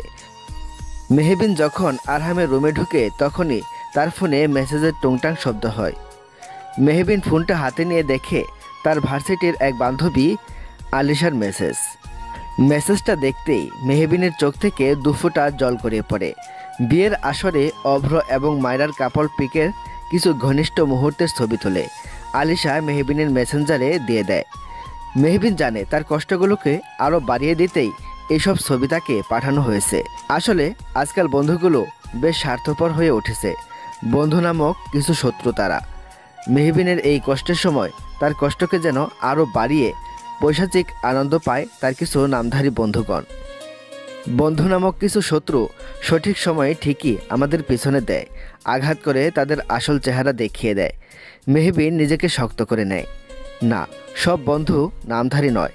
এই দুনিয়াতে আজও আরিয়ানের মতো কিছু বন্ধু রয়েছে যারা তাদের বন্ধুর সুখের সময় পাশে না থাকলেও দুঃখের সময় ঠিকই ছায়ের মতো পাশে থাকে। কথাটি ভেবে মেহবিন আলিশা নামক মেয়েটিকে ব্লক করে দেয়। এসব বন্ধুদের কোনো জায়গা নেই তার জীবনে। সাথে সাথে দ্রুত তার ফেসবুক অ্যাকাউন্টটি ডিঅ্যাক্টিভ করে দেয়। মেহবিন আনমনেই বলে ওঠে, যেখানে নিজের ভালোবাসার মানুষটাই ঠকায় সেখানে বন্ধুবান্ধব মজা তো নেবেই। মুখোশের আড়ালে থাকা আমাদের অনেক বন্ধু আছে যারা শুধু সঠিক সময়ের অপেক্ষা করে। সেই সময়টুকু চলে এলে তারা তাদের মুখোশ উন্মোচন করে ফেলে, যেমন আজ আলিশা করল। অভ্র এখনও অফিসে বসে ফোনের দিকে নিষ্পলকভাবে তাকিয়ে আছে। মেহবিনের কোনো খবর পাচ্ছে না সে। মেয়েটা কোথায় গেল তা নিয়েও যথেষ্ট চিন্তিত অভ্র, যদিও এই চিন্তার কারণ অভ্র নিজেও জানে না। ফেসবুকে হঠাৎ মেহবিনকে অ্যাক্টিভ থাকতে দেখে এক টুকরো আশার আলো খুঁজে পায় সে, কিন্তু তাও বেশিক্ষণ স্থির থাকে না তার। অ্যাক্টিভ হওয়ার কিছুক্ষণ পরেই মেহবিন তার ফেসবুক অ্যাকাউন্টটি ডিঅ্যাক্টিভ করে দেয়। মেহবিনের সাথে কথা বলে আপাতত সে কোথায় আছে একটু জানতে পারত অভ্র ফেসবুকের মাধ্যমে, কিন্তু সেই মাধ্যমটুকু মেহবিন বন্ধ করে দিল। আশাহত হয়ে অভ্র নিজের বাড়ির পথে হাঁটা দিল। এদিকে মেহবিন ফোনটা রেখে দিয়ে আরহামের ঘরটার দিকে এক পলক তাকায়। ঘরটার বেশিরভাগ অংশেই বিভিন্ন গিটারের কালেকশন।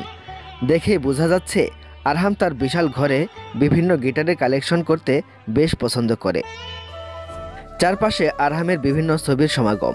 তার মধ্যে সবথেকে বেশি নজরকাড়া ছবি হলো মদ্যখানের ছবি, যেই ছবিটি মেহবিন ড্রয়িং রুমেও দেখেছিল। আচ্ছা, লোকটা কার দিকে এত মুগ্ধ নয়নে তাকিয়েছিল? কোনো মেয়ের দিকে হয়তো। যদি কোনো মেয়ে হয় তাহলে সে মেয়ে নিশ্চয়ই খুব ভাগ্যবতী হবে। মেহবিন আনমনেই হেসে ছবিটার দিকে তাকিয়ে বলল, এই যে মিস্টার, আমি সত্যি সরি। এইভাবে আপনার ঘরে মিথ্যে বউয়ের অভিনয়ে আমি থাকছি, বাট প্রমিস কালকে থেকে ইন্টারভিউ দেওয়া শুরু করব আমি। চাকরিটা পেলেই আমি চলে যাব, ততদিন এই অভিনয়টা আমাকে করতেই হবে। বাট বিশ্বাস করুন, আমি আপনার বিছানাতেই ঘুমোবো না। আপনি রাগ করবেন না, হ্যাঁ? মেহবিন কথাটি বলেই নিচের মেঝেতেই ঘুমিয়ে পড়েছে। অভ্র সারাদিন অফিস করে ক্লান্ত শরীর নিয়ে বারান্দায় কফি নিয়ে বসে পড়ে। কফিটা সে আজ নিজের হাতেই বানিয়েছে। তখনই মায়রা নামক রমণী তার গলা জড়িয়ে ধরে বলল, আমার ডার্লিংটা বুঝি এখনো আমার উপর রাগ করে আছে? অভ্র কোনো রকম প্রতিক্রিয়া করল না। সে তো অন্য এক চিন্তায় মগ্ন। বাড়িটার প্রতিটা কোণায় যেন আজ শুধুই নিস্তব্ধতা, সাথে অভ্রের মনটাও খা খা করছে। অভ্রকে চুপ থাকতে দেখে মায়েরা অভ্রের সামনে হাঁটু গেড়ে বসে কানে হাত দিয়ে বলল, আমি সত্যি সরি, আসলে ঘুমের সময় কখন কি বলে ফেলি তাও জানি না। অভ্র এবারও চুপ।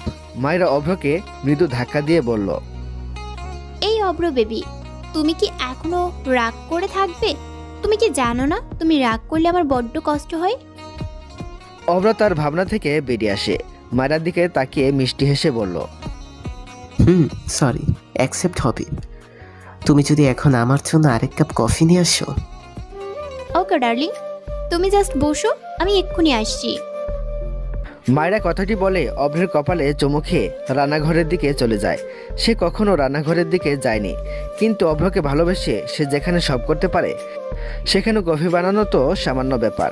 মায়েরা চলে যেতেই অভ্র দীর্ঘশ্বাস ফেলল। মেহবিন এই বাড়িতে নেই, অভ্রের কাছে নেই, অভ্রের থেকে অনেকটাই দূরে। কিন্তু এই দূরে থেকেও মেহবিন অভ্রের জীবনে গভীরভাবে জড়িয়ে যাচ্ছে, যা হয়তো অভ্র নিজেও জানে না। সকাল সকাল আরিয়ানের সাথে মেহবিন বেরিয়ে পড়েছে। যদিও আরিয়ানের মা মেহবিনকে এই সময় বাইরে যেতে নিষেধ করেছেন, তবু আরিয়ান কোনো রকম তার মাকে বুঝিয়ে মেহবিনকে নিয়ে বেরিয়ে ভার্সিটিতে যাওয়ার কথা বলে। মেহবিনের প্রেগনেন্সির এখন 2 মাস চলে। সে অনুসারে মেহবিন এখন নর্মালভাবে চলাফেরা করতে পারবে। মেহবিন সিদ্ধান্ত নিয়েছে সে ভার্সিটির পাশে একটি ছোটোখাটো জব নেবে, নিজের পায়ে দাঁড়াবে, যেন আরিয়ানের বাড়িতে মিথ্যে পরিচয় নিয়ে আশ্রয় থাকতে না হয়। আরিয়ানও এই ব্যাপারে মেহবিনকে যথেষ্ট সাপোর্ট করছে। আরিয়ান আজ ঠিক করেছে সে আজ নিজে মেহবিনকে সব জায়গায় ইন্টারভিউ দিতে নিয়ে যাবে, তাই সে হসপিটাল থেকে ছুটি নিয়েছে। মেহবিনের এই অবস্থায় একা যাওয়াটা বেশ রিস্ক। যদিও মেহবিন বারবার মানা করেছে, কে শোনে কার কথা। আরিয়ান যা ঠিক করেছে সে তাই করবে। যদিও মেহবিন এ বিষয়ে বেশ গর্বিত, আরিয়ানের মতো এরকম একটা ভাইসমতুল্য বন্ধু পেয়ে। আজ সবাই তার থেকে মুখ ফিরে নিলেও আরিয়ান তাকে নিজের বোনের মতো আগলে রেখেছে। এয়ারপোর্টে লাগেজ হাতে নিয়ে বেরিয়ে আসে আরহাম। নিজের দেশের মাটিতে পা দেওয়াতে এক প্রকার শান্তি রয়েছে, যা অন্য কোনো দেশে পাওয়া যায় না। আরহাম ঘড়ির দিকে তাকিয়ে দেখে প্রায় 9টা বাজে। আরহাম আজকে দেশে ফিরেছে তা বাড়ির কেউই জানে না। আরহামের ধারণা মতে আরিয়ান নিশ্চয় এখনও হসপিটালে আছে। আরহামের মাও এই সময় তার বান্ধবীদের বাড়িতে থাকে। তার মধ্যে আরহামের বাবাও এখন চিটাগাং গিয়েছে তার কনফারেন্সের কাজে। এটাই সুযোগ। এই সুযোগে আরহাম তার ঘরে গিয়ে তার বাড়ির লোকদেরকে চমকে দিবে। কথাটি ভেবে আরহাম মুচকি হেসে নিজের গাড়ি করে বেরিয়ে যায় এয়ারপোর্ট থেকে। আরহাম আগে থেকেই তার ড্রাইভারকে বলে তার গাড়ি আনিয়ে রেখেছিল গোপনে। রাহেলা বেগম ঘরের এক কোণে বসে টিভি ছেড়ে নাটক দেখতে ব্যস্ত। বাড়িতে এখন কেউ নেই, এটাই সুযোগ। কলিং বেল বেজে উঠতেই রাহেলা বিরক্তি নিয়ে উঠে দাঁড়ায়। তার টিভি দেখার স্বাদ গেল। এই সময় আবার কে এলো? কথাটা ভাবতে ভাবতে রাহেলা দরজা খুলে হা হয়ে দাঁড়িয়ে যায়। সে অস্পষ্ট স্বরে বলে ওঠে, বড় ভাইজান আপনি? আরহাম লাগেজটা নিয়ে ভিতরে ঢুকতে ঢুকতে বলল, কেন আমাকে এই সময় আশা করনি বুঝি? ভাইজান আপনি হঠাৎ আইলেন যে, আপনি কি তাইলে কিসব খবর পাইয়া গেছেন? আরহাম বিরক্ত নিয়ে বলল, কিসের খবর খালা, ভালো করে বলো। আসলে হয়েছে কি, বড় কাণ্ড ঘটছে। রাহেলার কথার মাঝেই আরহাম বলল, আচ্ছা খালা, আপাতত আমি এখন শুনতে চাই না। আমার প্রচণ্ড টায়ার্ড লাগছে। একটা হট শাওয়ার না নিলে আমার মাথা ব্যথা যাবে না। তুমি বরং আমার জন্যে গ্রিন টি নিয়ে এসো, ওকে? কথাটি বলে আরহাম নিজের ঘরের দিকে চলে যায়। রাহেলা পড়ে যায় চিন্তায়। তার বড় ভাইজানের বউ এসেছে, অথচ তাকে বলার সুযোগটুকু সে পেল না। রাহেলার ভাবনার মাঝেই সেখানে মেহবিন ও আরিয়ান উপস্থিত হয়। সব জায়গায় ইন্টারভিউ দিতে দিতে বেশ রাত হয়ে গেছে তাদের। মেহবিনকে দেখে রাহেলা বলে ওঠে, বড় ভাবি আইছেননি? আরিয়ান এবার মেহবিনের দিকে তাকিয়ে বলল, মেহু, ও ভাবি, তুমি বরং গিয়ে ঘরে গিয়ে ফ্রেশ হয়ে এসো। সকলের সামনে আরিয়ান মেহবিনকে তুমি ও ভাবি বলে সম্বোধন করে। মেহবিন সম্মতি জানিয়ে আরহামের ঘরের দিকে যায়। আরিয়ান নিজের ঘরে চলে যায়। রাহেলা চুপ থাকে। বড় ভাইজান কাউকে কিছু না বলে এসেছে, তার মানে হয়তো বাড়ির লোককে চমকে দিতে চায়। বড় ভাবি ভাইজানের ঘরে গেলে হয়তো ভাবিও চমকে যাবে, তাই রাহেলা আরহামের বাড়িতে আসার বিষয়টি লুকিয়ে যায়। এদিকে আরহাম নিজের ঘরে ঢুকে লাগেজটা পাশে রেখে ওয়াশরুমে চলে যায়। কোনো দিকে এখন তার খেয়াল নেই, প্রচণ্ড টায়ার্ড সে। আরহাম ওয়াশরুমে ঢুকে দরজা বন্ধ করে দেয়।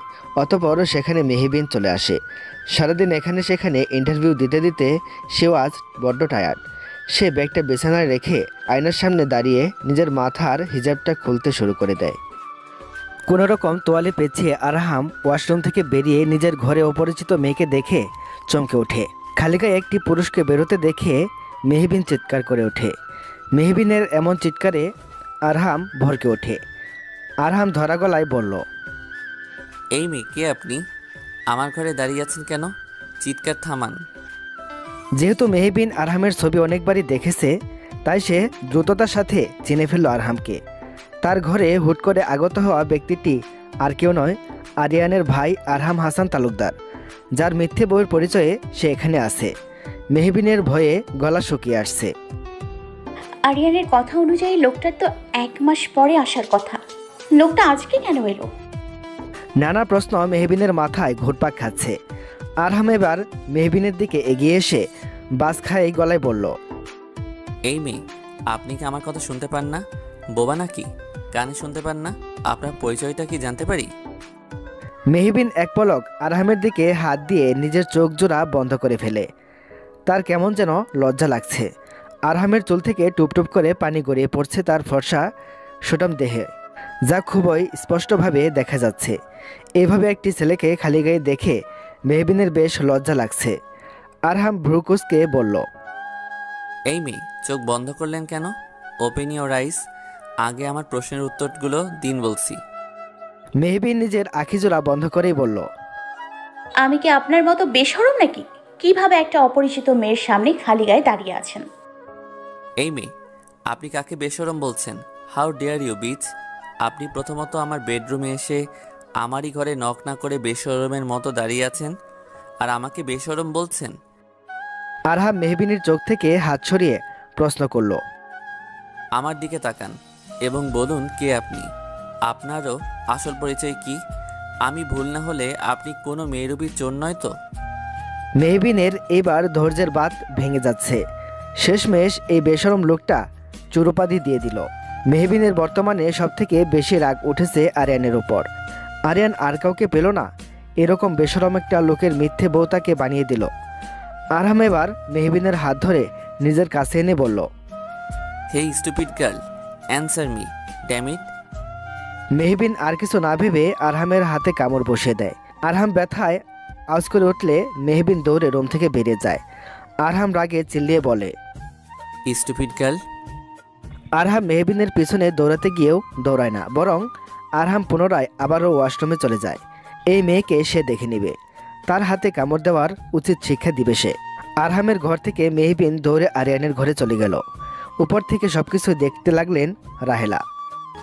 বড় ভাইজানি দেখা কি ভাবি এতটাই চমকাই গেছে যে সোজা দৌড়াদৌড়ি শুরু করে দিছে। আরিয়ান নিজের ঘরে বসে ফেসবুকিং করছিল। তখনই পিছন থেকে মেহবিন ধাক্কা দিয়ে আরিয়ানকে এক প্রকার খাট থেকেই ফেলে দেয়। আরিয়ান মেঝেতে বসে ব্যথায় কুকড়ে গিয়ে বলল, তোর আবার কি হলো বোন? এই রাতে তোর ধাক্কা ধাক্কি খেলতে মন চাইল নাকি? এবার সব থেকে বড় ধাক্কা তো তুই পাবি। তুই জানিস কি হয়েছে? কি হয়েছে? তোর বেশরম বড় ভাই বিদেশ থেকে ফিরে এসছে। কি বললি? ঠিক বুঝলাম না। বললাম আব্রাহাম হাসান তালুকদার দেশে ফিরে এসেছেন। বর্তমানে সে এখন তার রুমে। আরিয়ান যেন কথাটি শুনে এক প্রকার থম মেরে রইল। তারপর শুকনো ঢোক গিলে বলল, আরে ভাই, সব আমার মাথার উপর দিয়ে যাচ্ছে, একটু ভালো করে বল। মেহবিন বসে আরিয়ানকে সব খুলে বলল। সব শুনে আরিয়ানের মাথায় হাত। আরিয়ান অসহায় দৃষ্টিতে তাকিয়ে বলল, এখন কি করব? সেটা আমি কি করে জানবো? হ্যাঁ তাও কথা, কিন্তু আমি কি করে বুঝবো বল?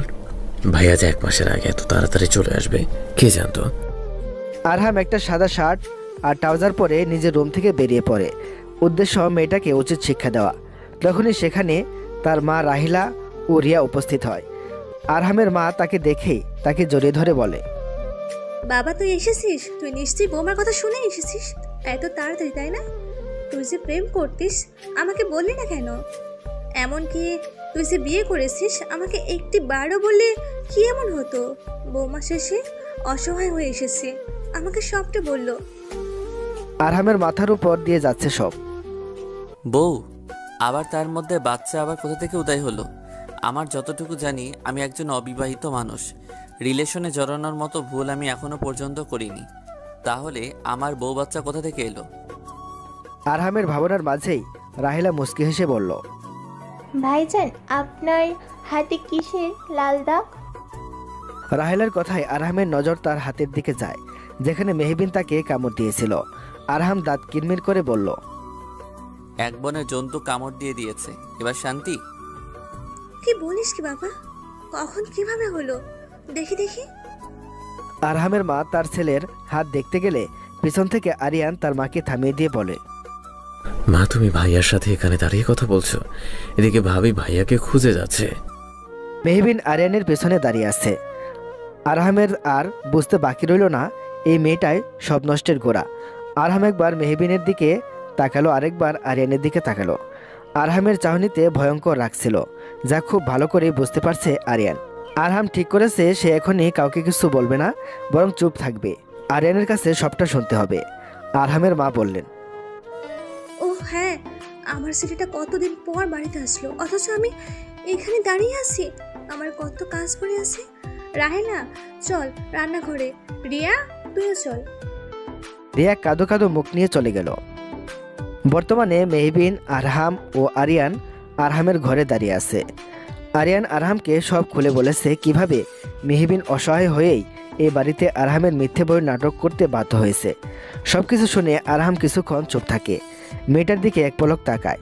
এই মেয়েটাকে সে চিনে না, তবু মেয়েটির প্রতি আলাদা এক মায়া কাজ করে। মেয়েটি এই বয়সেই ভালোবেসে ঠকেছে। এই সময় মেয়েটির সত্যি খুব সাপোর্টের দরকার। কথাটি ভেবে আরহাম উঠে দাঁড়িয়ে বলল, ওকে, আমি ওই মিথ্যে নাটক করার জন্য রাজি, বাট শুধুমাত্র কিছুদিনের জন্য। বেবিটা তো কোনো ভুল করেনি, অন্তত বেবির জন্য হলেও উনি এই বাড়িতে 1 বছর থাকতে পারেন। মেহবিন এবার আরিয়ানের দিকে তাকিয়ে বলল, আরিয়ান ওনাকে বলে দে আমি শুধুমাত্র কয়েকটা দিন থাকবো। চাকরিটা হয়ে গেলে আর আমি থাকবো না। আরিয়ান তোর এই স্টুপিড বন্ধুকে বলে দে দুনিয়াটা এতটা সহজ না যতটা সে ভাবে। এই ঢাকা শহরে প্রেগনেন্ট অবস্থায় একটা মেয়েকে একা কতটা স্ট্রাগল করে থাকতে হয় তার বিন্দুমাত্র ধারণা নেই তার। কথাটি বলে আরহাম রুম থেকে বেরিয়ে যায়। মেহবিন রাগে ফুঁসতে ফুঁসতে বলল, আরিয়ান তুই দেখলি তোর এই বেশরম ভাই আমাকে স্টুপিড বলল। আরিয়ান হাত জোর করে বলল, পরিবার অন্তত থাম, ভাই যে রাজি হয়েছে এটাই অনেক, পরেরটা পরে ভাবা যাবে। এখন আমাকে যেতে দে, কাল আমার হসপিটাল আছে, আমি বরং যাই। মেহবিনকে কিছু বলতে না দিয়েই আরিয়ান চলে যায়। মেহবিন পড়েছে আরেক ঝামেলায়। এই ঘরেই ওই বেশরম লোকটার সাথে কিভাবে থাকবে সে? মেহবিনের ভাবনার মাঝেই আরহাম ঘরে একটি ছোট্ট বেডশিট নিয়ে আসে। তারপর স্টোররুম থেকে ছোট্ট একটি খাট নিয়ে এসে ঘরটায় সেট করে দেয়। মেহবিন তাকিয়ে তাকিয়ে শুধু দেখছে। আরহাম বলল, তুমি আমার থেকে বয়সে ছোট, তাই তুমি বলে সম্বোধন করলাম। তুমি আমার বেডে ঘুমাতে পারো, আমি এই ছোট বেডে ঘুমিয়ে পড়বো। অ্যান্ড ডোন্ট ওয়ারি, রাতের দরজা খোলা থাকবে। আমি অতটাও খারাপ নই, এই সময় একটা মেয়ের সুযোগ নিব। আরহামের কথা শুনে নিজের অজান্তেই মেহবিন খানিকটা শান্তি পায়। লোকটাও আরিয়ানের মতো ভালো। হয়তো মেহবিনের এই দুঃখের কথা শুনেই তাকে আশ্রয়টুকু দিয়েছে তার রুমে। মেহবিন মনে মনে সিদ্ধান্ত নিল সে খুব দ্রুতই চলে যাবে এই বাড়ি থেকে। আরহাম মেহবিনের সামনে তুড়ি বাজায়। মেহবিন চমকে ওঠে। এই মেয়ে সারাদিন এত কি ভাবো? আমার একটা নাম আছে। ও হ্যাঁ, এরেভিন নাকি নাম যেন? আমার নাম মেহবিন। মুখ বেঁকিয়ে বলল মেহবিন। আরহাম ডোন্ট কেয়ার ভাব নিয়ে বলল, সে যাই হোক, আমার কোনো ইন্টারেস্ট নেই। আর শোনো, এই আরহাম হাসান তালুকদার কারো সাথে নিজের রুম শেয়ার করে না। আমি জাস্ট তোমার বেবির জন্য স্যাক্রিফাইস করছি, অন্য কিছু না। ওকে? আরহাম সোফায় বসে ফোন টিপতে শুরু করলো। মেহবিন মুখ বেঁকিয়ে ভাবতে লাগলো, ইস আসছে বেশরম লোক, যেন মেহবিন তার জন্য কত কিছু ভেবে রাখে। সত্যি লোকটাকে মেহবিনের পুরাই আজব লাগে। সকাল সকাল অব্র ব্রেকফাস্ট করার জন্য বসে পড়ে। অব্রের মা নিজের হাতে ছেলের জন্য রান্না করে নিয়ে আসে। অব্র তার মাকে বলে, মা, মায়েরা তো আছি, তুমি হঠাৎ করতে গেলে কেন? মায়েরা এখন নতুন বউ, ওকে দিয়ে এখন কিছু করানো চায় নাকি? তাছাড়া মায়েরার বাবা বেশ ভালো মানুষ, কাজের মানুষ রেখেছে বাড়ির জন্য।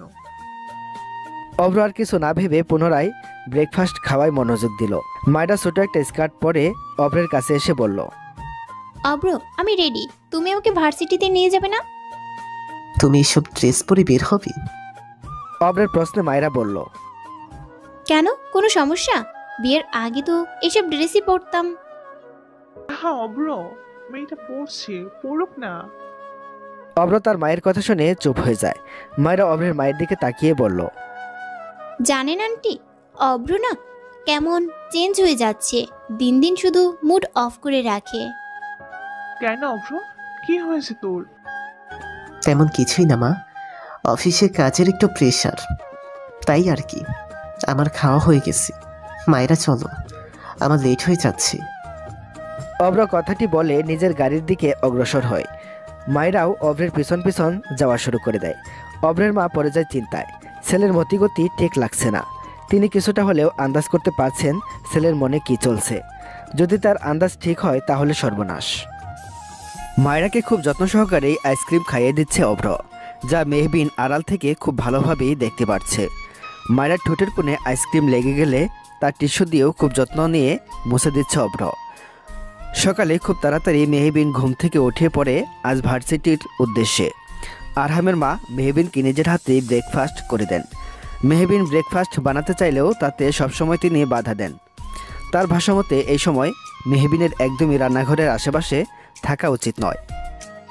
মেহবিনের মাঝে মাঝে মনে হয় উনি কতটা ভালো মানুষ। উনি যখন সত্যিটা জানবে তখনও কি মেহবিনকে এইভাবে ভালোবাসবে, নাকি মিথ্যে বলার অপরাধে মেহবিনকে ঘৃণা করবে। মেহবিন দোটানায় পড়ে যায়। পরক্ষণে মেহবিনের আরেকটা কথা মাথায় আসে, তিনিও তো একজন মা।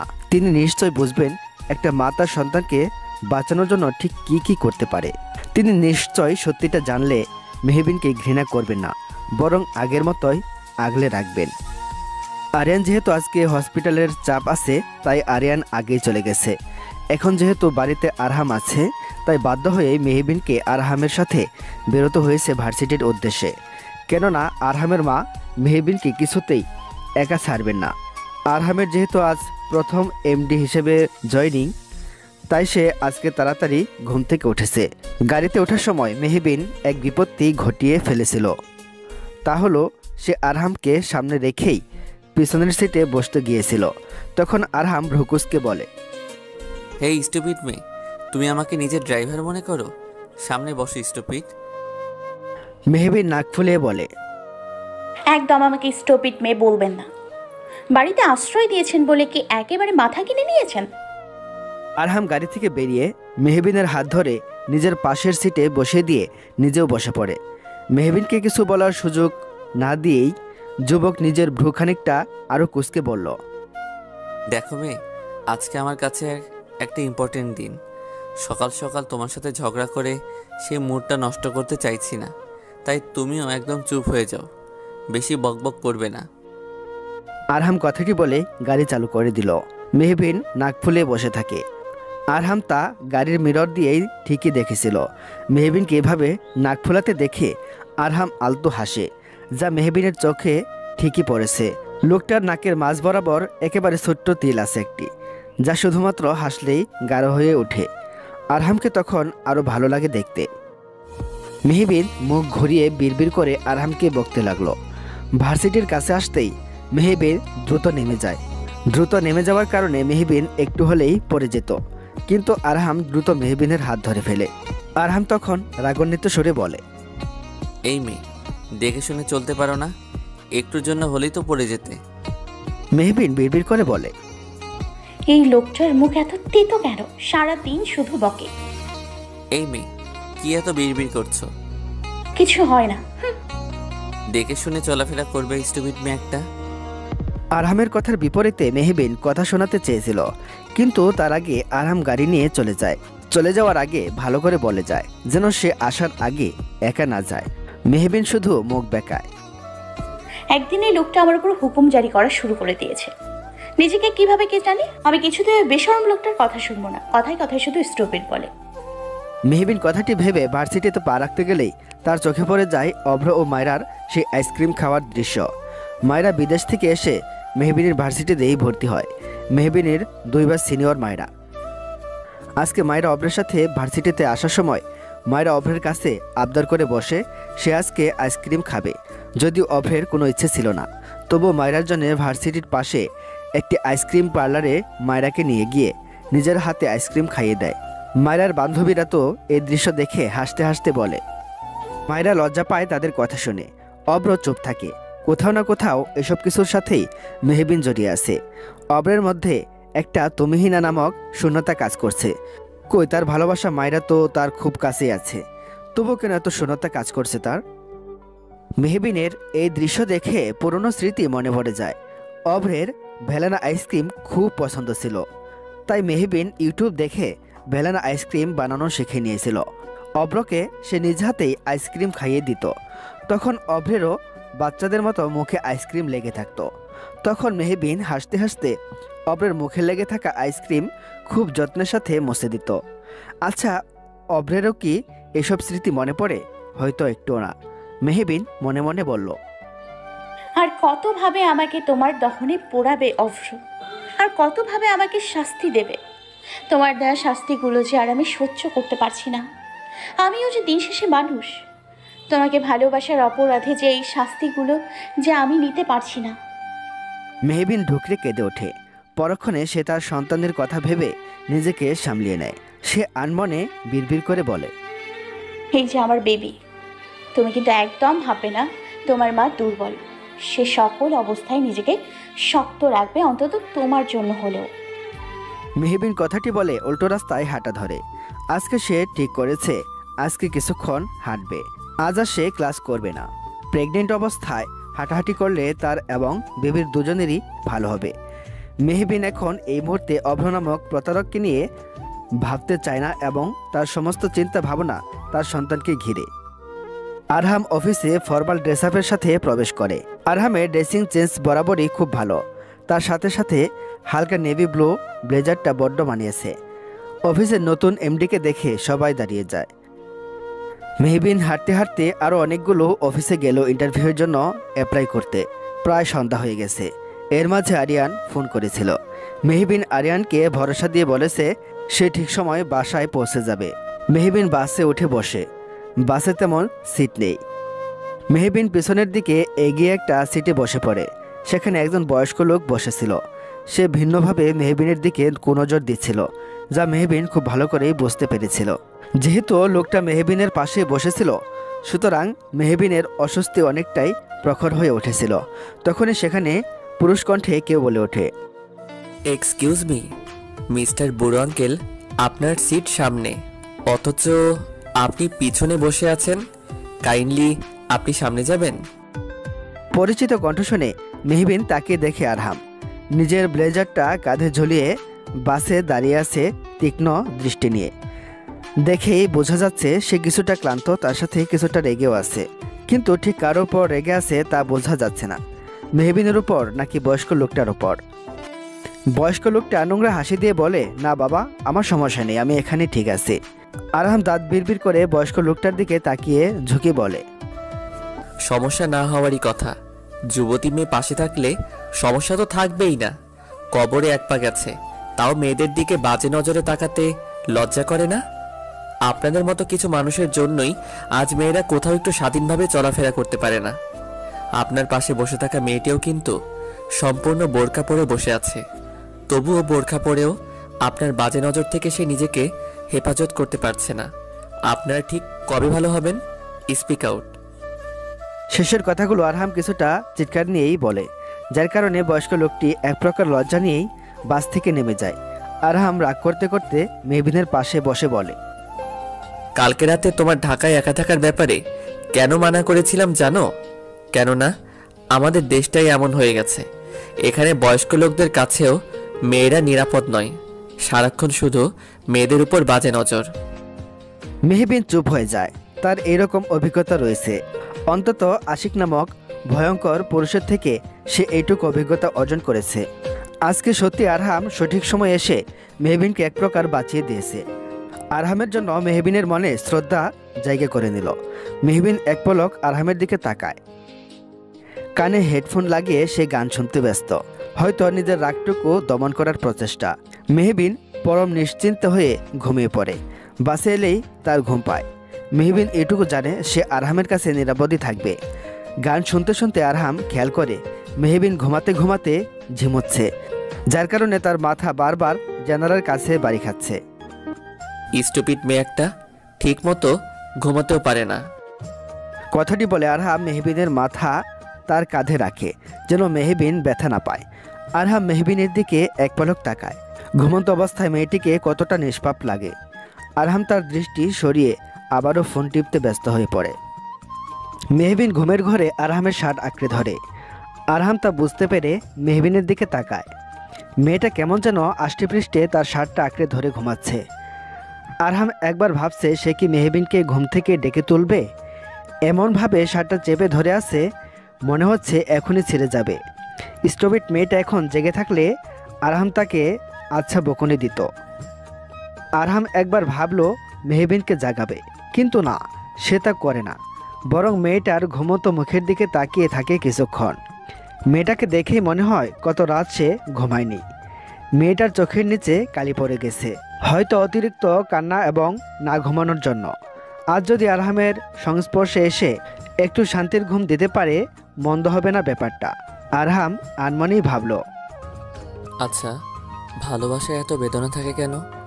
বর্তমানে কিছু মানুষ ভালোবাসায় এখন সুখ খুঁজতে গিয়ে অসুখী হয়ে ওঠে। মেহবিনও তার মধ্যে একজন। ভালোবাসায় সুখ ধরা দেয় তখনই যখন সঠিক মানুষটাকে ভালোবাসা যায়। মেহবিন মেয়েটা বড্ড সরল, তাই তার ভালোবাসাকে নিয়ে খেলা করা হয়েছে। আরহাম দীর্ঘ শ্বাস ফেলল। জ্যাম ছেড়েছে, জ্যামে বসে আছে তো আছেই, নড়ার নাম নেই। ঢাকা শহর বলে কথা, জ্যাম তো সামান্য ব্যাপার। আরহামের রাগে মাথা বিগড়ে যাচ্ছে। আজ সারাদিন অফিস শেষে অফিসের বাইরে এসে গাড়ি স্টার্ট দিতে গিয়ে দেখে গাড়িটা নষ্ট হয়ে গেছে। তাই আরহাম ঠিক করেছিল বাসে করে বাসায় যাবে। বাসের ভিতরে এসেই মেহবিনের সাথে দেখা হয়। বলতে গেলে আজ সঠিক সময়ে আরহাম এসেছে। আজ বোধ হয় আরহামের ভাগ্যটাই খারাপ, আজকে গাড়িটা নষ্ট হলো। তার মধ্যে জ্যামটাও ছুটছে না। এতক্ষণ বাসে বসে থাকতে থাকতে আরহামের এক প্রকার দম বন্ধ হয়ে আসছে। কিন্তু মেহবিন নামক রমণী দিব্যি এই দম বন্ধ করা পরিবেশে ঘুমিয়ে যাচ্ছে, যাকে বলে একেবারে নিশ্চিন্তের ঘুম। আরহাম বিরক্তির শব্দ মুখ থেকে বের করে বলল, এত গরমে কিভাবে ঘুমাচ্ছে? স্টুপিড মেয়েটা তরতর করে ঘামছেও, তবু ঘামছে না এর স্ট্রেন্থ।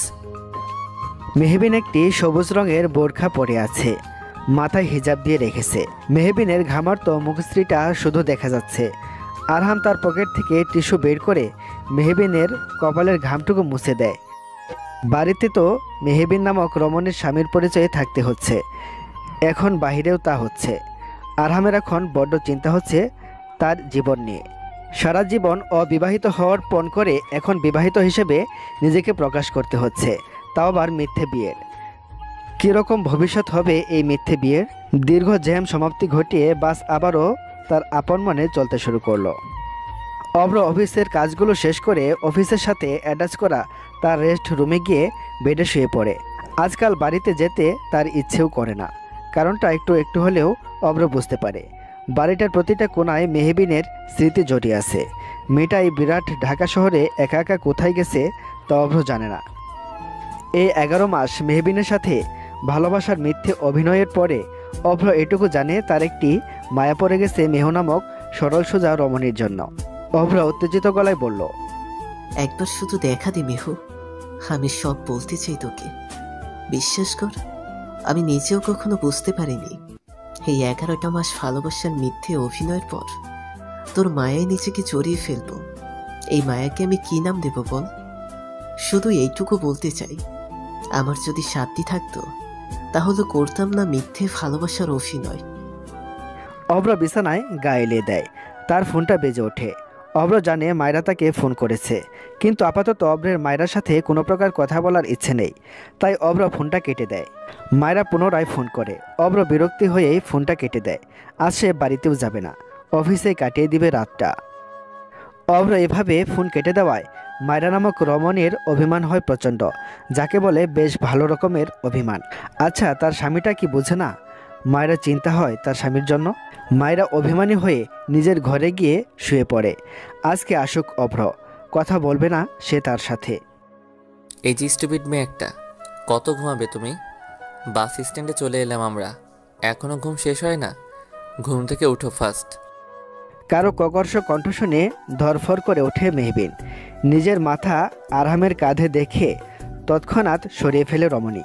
সারা রাস্তায় আরহামের কাঁধে ঘুমিয়েছে সে। ভাবতে লজ্জায় মুখখানি চেয়ে যায় রমণীর। সে তাড়াতাড়ি বাস ছেড়ে নেমে যায়। আরহামের সাথে তর্কে সে জড়াতে চাইছে না আপাতত। আরহামও বাসের ভাড়া মিটিয়ে নেমে যায়। বাকি রাস্তাটুকু তারা কোনো প্রকার কথা না বলেই হাঁটতে হাঁটতে বাড়িতে চলে আসে। বাড়িতে আসতেই আরহামের মা হাজারটা প্রশ্ন খুলে বসেন। এত দেরি কেন হলো? আরহাম কিছু একটা বুঝিয়ে দিয়েছে। আরিয়ান সিটি বাজাতে বাজাতে নিজের ঘরে হাতের ঘড়িটা খুলছিল। তখনই মেহবিন এক প্রকার রাগ দেখিয়ে আরহামের ঘরে এসে তার কাঁধের ব্যাগটা ফেলে দেয়। তারপর বিছানায় বসে রাগে ফুঁসতে থাকে। আরিয়ান মেহবিনের পাশে বসে বলল, তেমন লিদল মির্জা, তুই রেগে আছিস কেন? আজকের দিনটা কেমন কাটলো তোর হাব্বি? তুই নকল হাব্বির সাথে? মেহবিন আরিয়ানের গলা চেপে ধরে বলল, আরেকটা কথা মুখ থেকে বের করেছিস তো একেবারে খুন করে ফেলবো তোকে। হব্বি না বেটা, একটা আস্ত খবিস। জানিস সারা দিন শুধু স্টুপিড বলতে থাকে। এই লোকটার সাথে থাকা যায় নাকি? আমি একদম কনফার্ম করে বলতে পারি, এই লোকটার বউ যে হবে তার জীবন একদম টানা টানা হয়ে যাবে। কে জানে কে সে অভাগী। আরিয়ান মেহবিনের কথায় মুচকি হেসে বলল, হয়তো তুই সে অভাগী। আরিয়ানের কথাতে মেহবিন তার দিকে চোখ গরম করে তাকালে আরিয়ান আমতা আমতা করে বলে, মানে আমি বলতে চাইছি যে ভাগ্যের খেলা কে বলতে পারে বল? ভাইয়াকে না করলে কিন্তু তুই কি ভবিষ্যতে অন্য কাউকে বিয়ে করবি না? মানুষ ভুল একবারই করে, কাউকে গভীরভাবে নিজের অন্তর দিয়ে ভালোবাসো আরেকটি ভুল। আমি এই ভুল বারবার করতে চাই না। মেহবিন কথাটি বলে জানালা ঘেঁষে দাঁড়ায়। আর কাউকে ভালোবাসার সাধ্য তার নেই। একবার তার সন্তানটা পৃথিবীতে চলে এলেই মেহবিন ও অব্রের ডিভোর্স পুরোপুরি হয়ে যাবে। একেবারের জন্য অব্রের থেকে সে পুরোপুরি বিচ্ছিন্ন হয়ে যাবে। অব্রের কোনো ছায়া সে তার এবং তার সন্তানের জীবনে পড়তে দিবে না। সকালের কথা মনে পড়তেই মেহবিনের চোখ দুটো ভরে আসে। সে যতই চাক শক্ত হতে অব্র সামনে এলে সে ঠিকই ভেঙে পড়ে। মায়ের সাথে আজ অব্র যা যা করছে তা তো একদিন অব্রও করতো মেহবিনের সাথে। সবকিছুই অভিনয়। কাঁধে কারো স্পর্শ পেতেই মেহবিন নিজের চোখের জলটুকু মুছে দেখে আরিয়ান বলল, আর যাই করিস মেহু, আমার থেকে নিজের কষ্ট লুকানোর চেষ্টা করিস না। আর কি বললি? ভালোবাসা ভুল? ভালোবাসার মতো সুন্দর অনুভূতি হয়তো আর কিছুই নেই। ভুল মানুষকে ভালোবাসা ভুল। দেখবি যখন তোর লাইফে তোর প্রিন্স চার্মিং চলে আসবে, মানে তোর সঠিক মানুষটা আসবে, ঠিক তখনই বুঝবি ভালোবাসাটা ঠিক কতটা সুন্দর। মেহবিন আরিয়ানের কথার বিপরীতে কিছু বলবে তখনই তার কানে আসে কারো গলার মধুর সুর। হ্যাঁ, আরহাম তার গিটারটা নিয়ে বাগানে বসে গান গাইছে। মেহবিন গানটা গভীরভাবে অনুভব করছে। গানটার প্রতিটা লাইন যেন তারই জন্য গাওয়া। আরহাম খুবই নিখুঁতভাবে প্রতিটা গানের লাইন গাইছে। মেহবিনের চোখ থেকে টুপ টুপ করে জল গড়িয়ে পড়ে। গান গাইতে গাইতে আরহামের চোখ যায় মেহবিনের দিকে। মেয়েটার মায়াভরা মুখশ্রীতে এক রাশ কান্না এসে ভিড় করেছে। আচ্ছা, মেয়েটা তো সিসকাদনে কেন? একটু হাসতে পারে না? আপন মনে নিজেকে প্রশ্ন করে বসে আরহাম। তারপর নিজেই নিজেকে বলে, আস্ত স্টুপিড একটা মেয়ে। স্টুপিড মেয়েরা শুধু কাঁদতেই জানে। আরহাম মেহবিনের দিকে তাকিয়ে পুনরায় গান গাইতে লাগলো। মেহবিন গানটি শুনে যেন এক অদ্ভুত মনোবল কাজ করলো। তার কান্না নিজে নিজেই থেমে গেল। মনে হচ্ছে আরহামের পাওয়া প্রতিটি সুর, প্রতিটি লাইন শুধু মেহবিনের জন্যই ছিল।